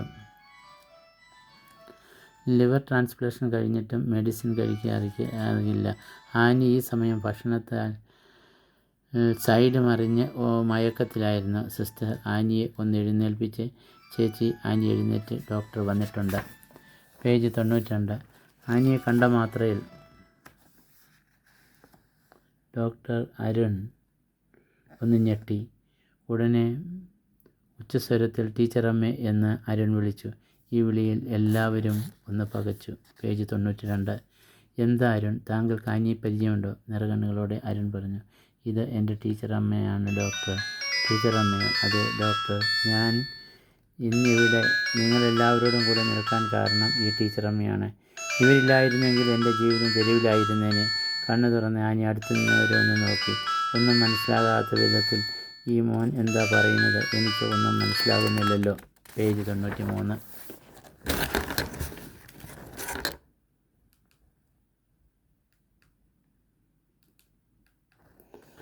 പേജ് 93.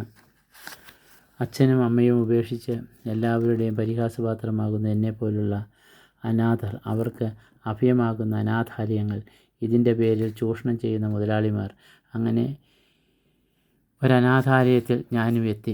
അവിടെ മാലാഖയെപ്പോലെ കടന്നു വന്ന് ഞങ്ങൾക്ക് സ്നേഹവും വാത്സല്യവും ഉപദേശവും തന്ന് ഒരമ്മയെപ്പോലെ, അല്ല അതിലുപരി ഞങ്ങളെ ആ തടവറയിൽ നിന്ന് മോചിപ്പിച്ച ആ ടീച്ചറമ്മയെ ഓർക്കാതിരിക്കാനാവില്ല. മോനെ, നീ അരുൺ. അതെ. ദൈവമേ, ഞാൻ എന്തായി കാണുന്നത്? ഇവന് എന്ത് സമ്മാനമാണ് ഞാൻ കൊടുക്കേണ്ടത്? ടീച്ചറമ്മ തന്നെ പ്രചോദനമാണ് ഏറ്റവും വലിയ സമ്മാനം. അതിന് പകരം മറ്റൊന്നുമില്ല. ടീച്ചർ വിശ്രമിച്ചോളൂ. ടീച്ചർ, നമുക്ക് ലഞ്ച് ഒന്ന് കഴിക്കാം. മോൻ്റെ ഇഷ്ടം. പതിവ് പോലെ ആനിയുടെ മനസ്സിലൊരു ചോദ്യം ഉയർന്നു. ഇനി ഇവനായിരിക്കുമോ എനിക്ക് കരൾ തന്നത്? ദീപിക, ഈ ഡോക്ടറെ നിനക്ക് മുൻപരിചയം ഉണ്ടോ? പേജ് 94. ഇല്ല ചേച്ചി. ടീച്ചറമ്മ എഴുന്നേറ്റോ. വാ, നമുക്കിനി ഭക്ഷണം കഴിക്കണം. ടീച്ചറമ്മ ഒന്നും കഴിച്ചിട്ടുണ്ടാവുകയില്ല. ഞാനും കഴിച്ചിട്ടില്ല. ഇന്നിനി നമുക്ക് ഒരുമിച്ചാകാം. വേണ്ട മോനെ, എനിക്ക് വിശക്കുന്നില്ല. അയ്യോ, അങ്ങനെ പറഞ്ഞാൽ പറ്റില്ല. മരുന്നുകൾ കഴിക്കാനുള്ളത് അല്പം കഴിക്കാം. എടുക്ക്. ഭക്ഷണത്തിനിടയിൽ ഒരു പതിഞ്ഞ സ്വരത്തിൽ ആനി അരുണിനോട് ചോദിച്ചു. മോനെ, എനിക്ക് നീ ഒരു സഹായം ചെയ്യാമോ? ഓ, അതിനെന്താ, പറഞ്ഞോളൂ. മോന് എൻ്റെ രോഗത്തെപ്പറ്റി അറിവുള്ളതാണല്ലോ. ഞാൻ ഇന്നിവിടെ ജീവനോടെ ഇരിക്കുന്നത് ഒരു മനുഷ്യൻ്റെ സഹായം കൊണ്ട് മാത്രമാണ്. പറ്റുമെങ്കിൽ ഡോക്ടറിനോട് ആ വ്യക്തി ആരാണെന്ന് ചോദിക്കാമോ?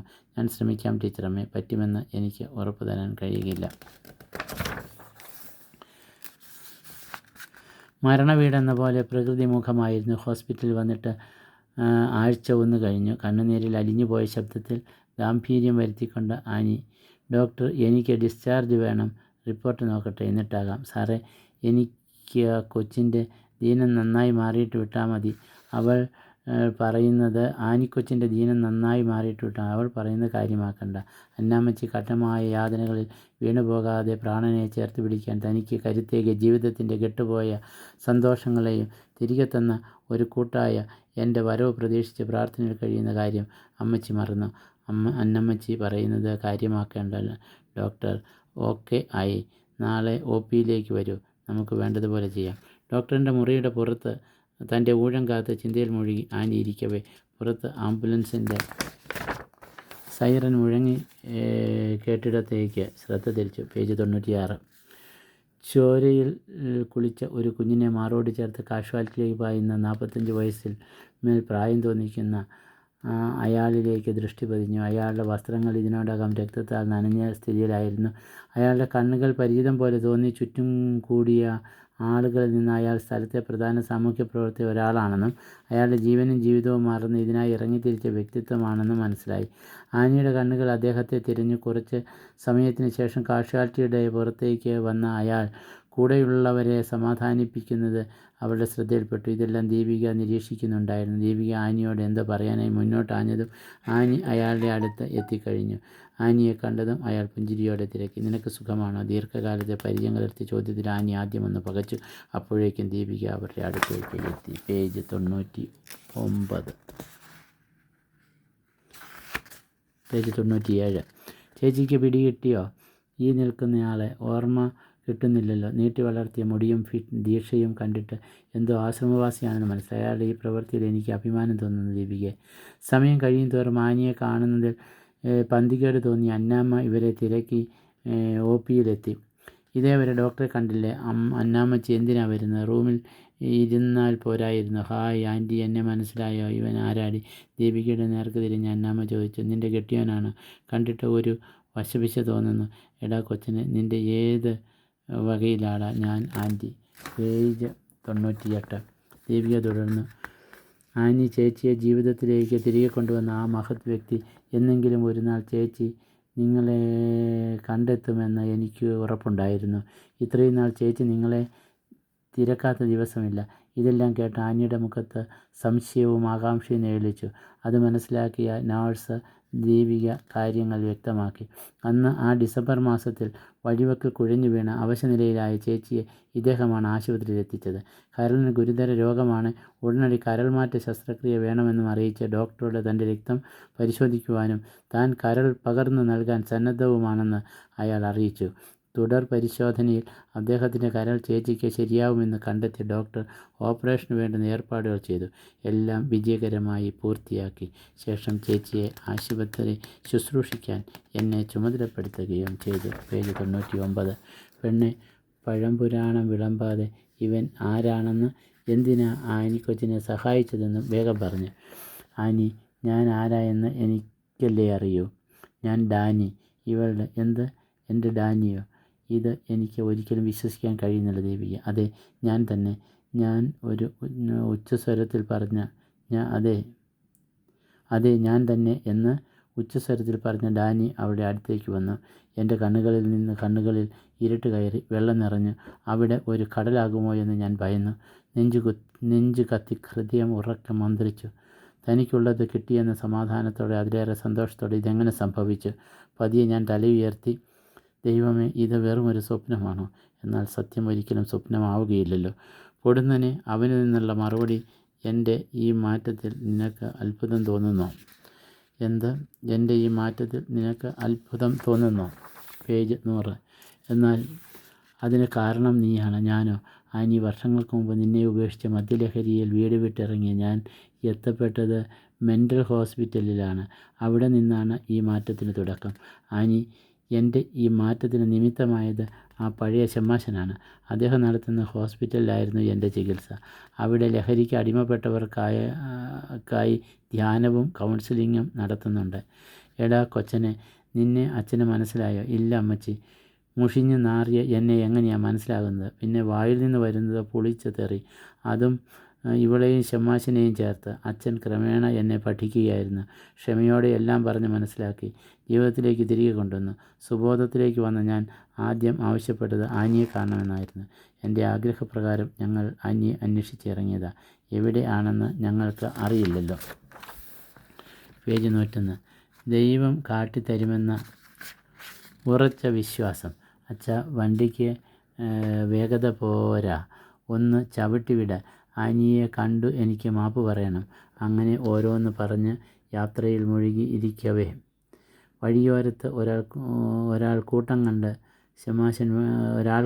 ഷമ്മാശൻ വണ്ടി നിർത്താൻ തുടങ്ങി. ഡാനി, എന്താണ് എന്നൊന്ന് ഇറങ്ങി നോക്ക്. വേണ്ട അച്ഛാ, നമുക്ക് പോകാം. ഇറങ്ങിയാൽ നമ്മൾ വൈകും. ചിലപ്പോൾ നമ്മൾ അവരെ ആശുപത്രി കൊണ്ടുപോകേണ്ടി വരും. അപ്പോൾ നേരം വൈകുകയും ചെയ്യും. മാത്രമല്ല, ആനി എവിടെ എന്ന അറിവും നമുക്ക് ഇല്ല. അന്വേഷിക്കണമല്ലേ? എന്നാൽ നിൻ്റെ ഇഷ്ടം ആയിക്കൊള്ളട്ടെ. അങ്ങനെ വണ്ടി മുന്നോട്ടെടുത്തു. പക്ഷേ ഒരു ദൈവത്തിൻ്റെ പ്രതീതി എന്ന നിലയിൽ ഉള്ളയാളാണല്ലോ ഷമ്മാശൻ. അദ്ദേഹത്തിൻ്റെ മനസ്സ് അനുവദിച്ചില്ല. ഡാനി, എന്തായാലും നമുക്ക് ഒന്ന് ഇറങ്ങി നോക്കാം. പേജ് 102. നമ്മുടെ സഹായം അവർക്ക് ആവശ്യം വന്നാലോ? ഇവിടെ വാഹന സൗകര്യം കുറവാണ്. എന്നാൽ ശരി, അച്ഛൻ്റെ ഇഷ്ടം പോലെ. കാറിൻ്റെ പുറത്ത് ഇറങ്ങിയതും അവിടെ കൂടി നിന്നവർ മുറുമുറുക്കുന്നത് കേൾക്കാം. ഇതിന് ജീവനുണ്ടോ എന്ന കാര്യം സംശയമാണ്. അതിലൊരാൾ എന്നോടായി, സഹോദര, ഇവരെ വേഗം ആശുപത്രിയിലാക്കിയാൽ ചിലപ്പോൾ രക്ഷപ്പെട്ടേക്കും. പിന്നെ എന്നിലെ മനുഷ്യത്വമുണ്ടെന്ന് ഞാൻ ഉടനെ അച്ഛനോട് പറഞ്ഞ് അവരുടെ അടുത്തേക്കായി പുറപ്പെട്ടു. നിലത്ത് കിടന്നിരുന്നവരെ കണ്ടപ്പോൾ ഒരു സ്ത്രീയാണെന്ന് ഞങ്ങൾക്ക് വ്യക്തമായി. വീണതുകൊണ്ടാവാം മുഖം മണ്ണുകൊണ്ട് മൂടിയിരുന്നു. അതിവേഗത്തിൽ ആശുപത്രിയിലേക്ക് പുറപ്പെട്ടു. അവിടെ ആ സ്ത്രീയുടെ അവസ്ഥ അറിയാൻ വേണ്ടി ഞങ്ങൾ പുറത്ത് കാത്തിരുന്നു. 1 മണിക്കൂർ കഴിഞ്ഞ് കാണും. ഡോക്ടർ പുറത്ത് വന്ന്, ഒരു കുഴപ്പവും ഇല്ല, പോയി കാണാം എന്ന് പറഞ്ഞു. പേജ് 103. 1 മണിക്കൂർ കഴിഞ്ഞ് കാണും. അക്ഷമനായി നിന്ന് ഞങ്ങളോടായി ഡോക്ടർ പറഞ്ഞു, പേഷ്യൻറ്റിന് ബോധം വന്നു, കയറി കണ്ടോളൂ. ആനിയെ തിരക്കി ഇറങ്ങിയ ഞങ്ങൾ കണ്ടത് ശരിക്കും അത് ആനിയായിരുന്നു. എനിക്ക് എൻ്റെ കണ്ണുകളെ വിശ്വസിക്കാൻ കഴിഞ്ഞില്ല. ദൈവം ആനിയെ ഞങ്ങളുടെ മുമ്പിൽ എത്തിക്കുകയായിരുന്നു. ഇത് കേട്ട് നിന്ന് ആനിയുടെ കണ്ണുകൾ നിറഞ്ഞ് ഒഴുകാൻ തുടങ്ങി. ഡാനി ആനിയുടെ കണ്ണുനീർ തുടച്ചുകൊണ്ട് സ്നേഹപൂർവ്വം ശകാരിച്ചു. ആ കണ്ണുകളിൽ അഭിമാനത്തിൻ്റെ പുഞ്ചിരി അണിഞ്ഞു കാണാനാണ് എനിക്ക് ഇഷ്ടം. എൻ്റെ പഴയ ആനിയായി. ശുഭം. ബൈ ലാലിക്കുട്ടി.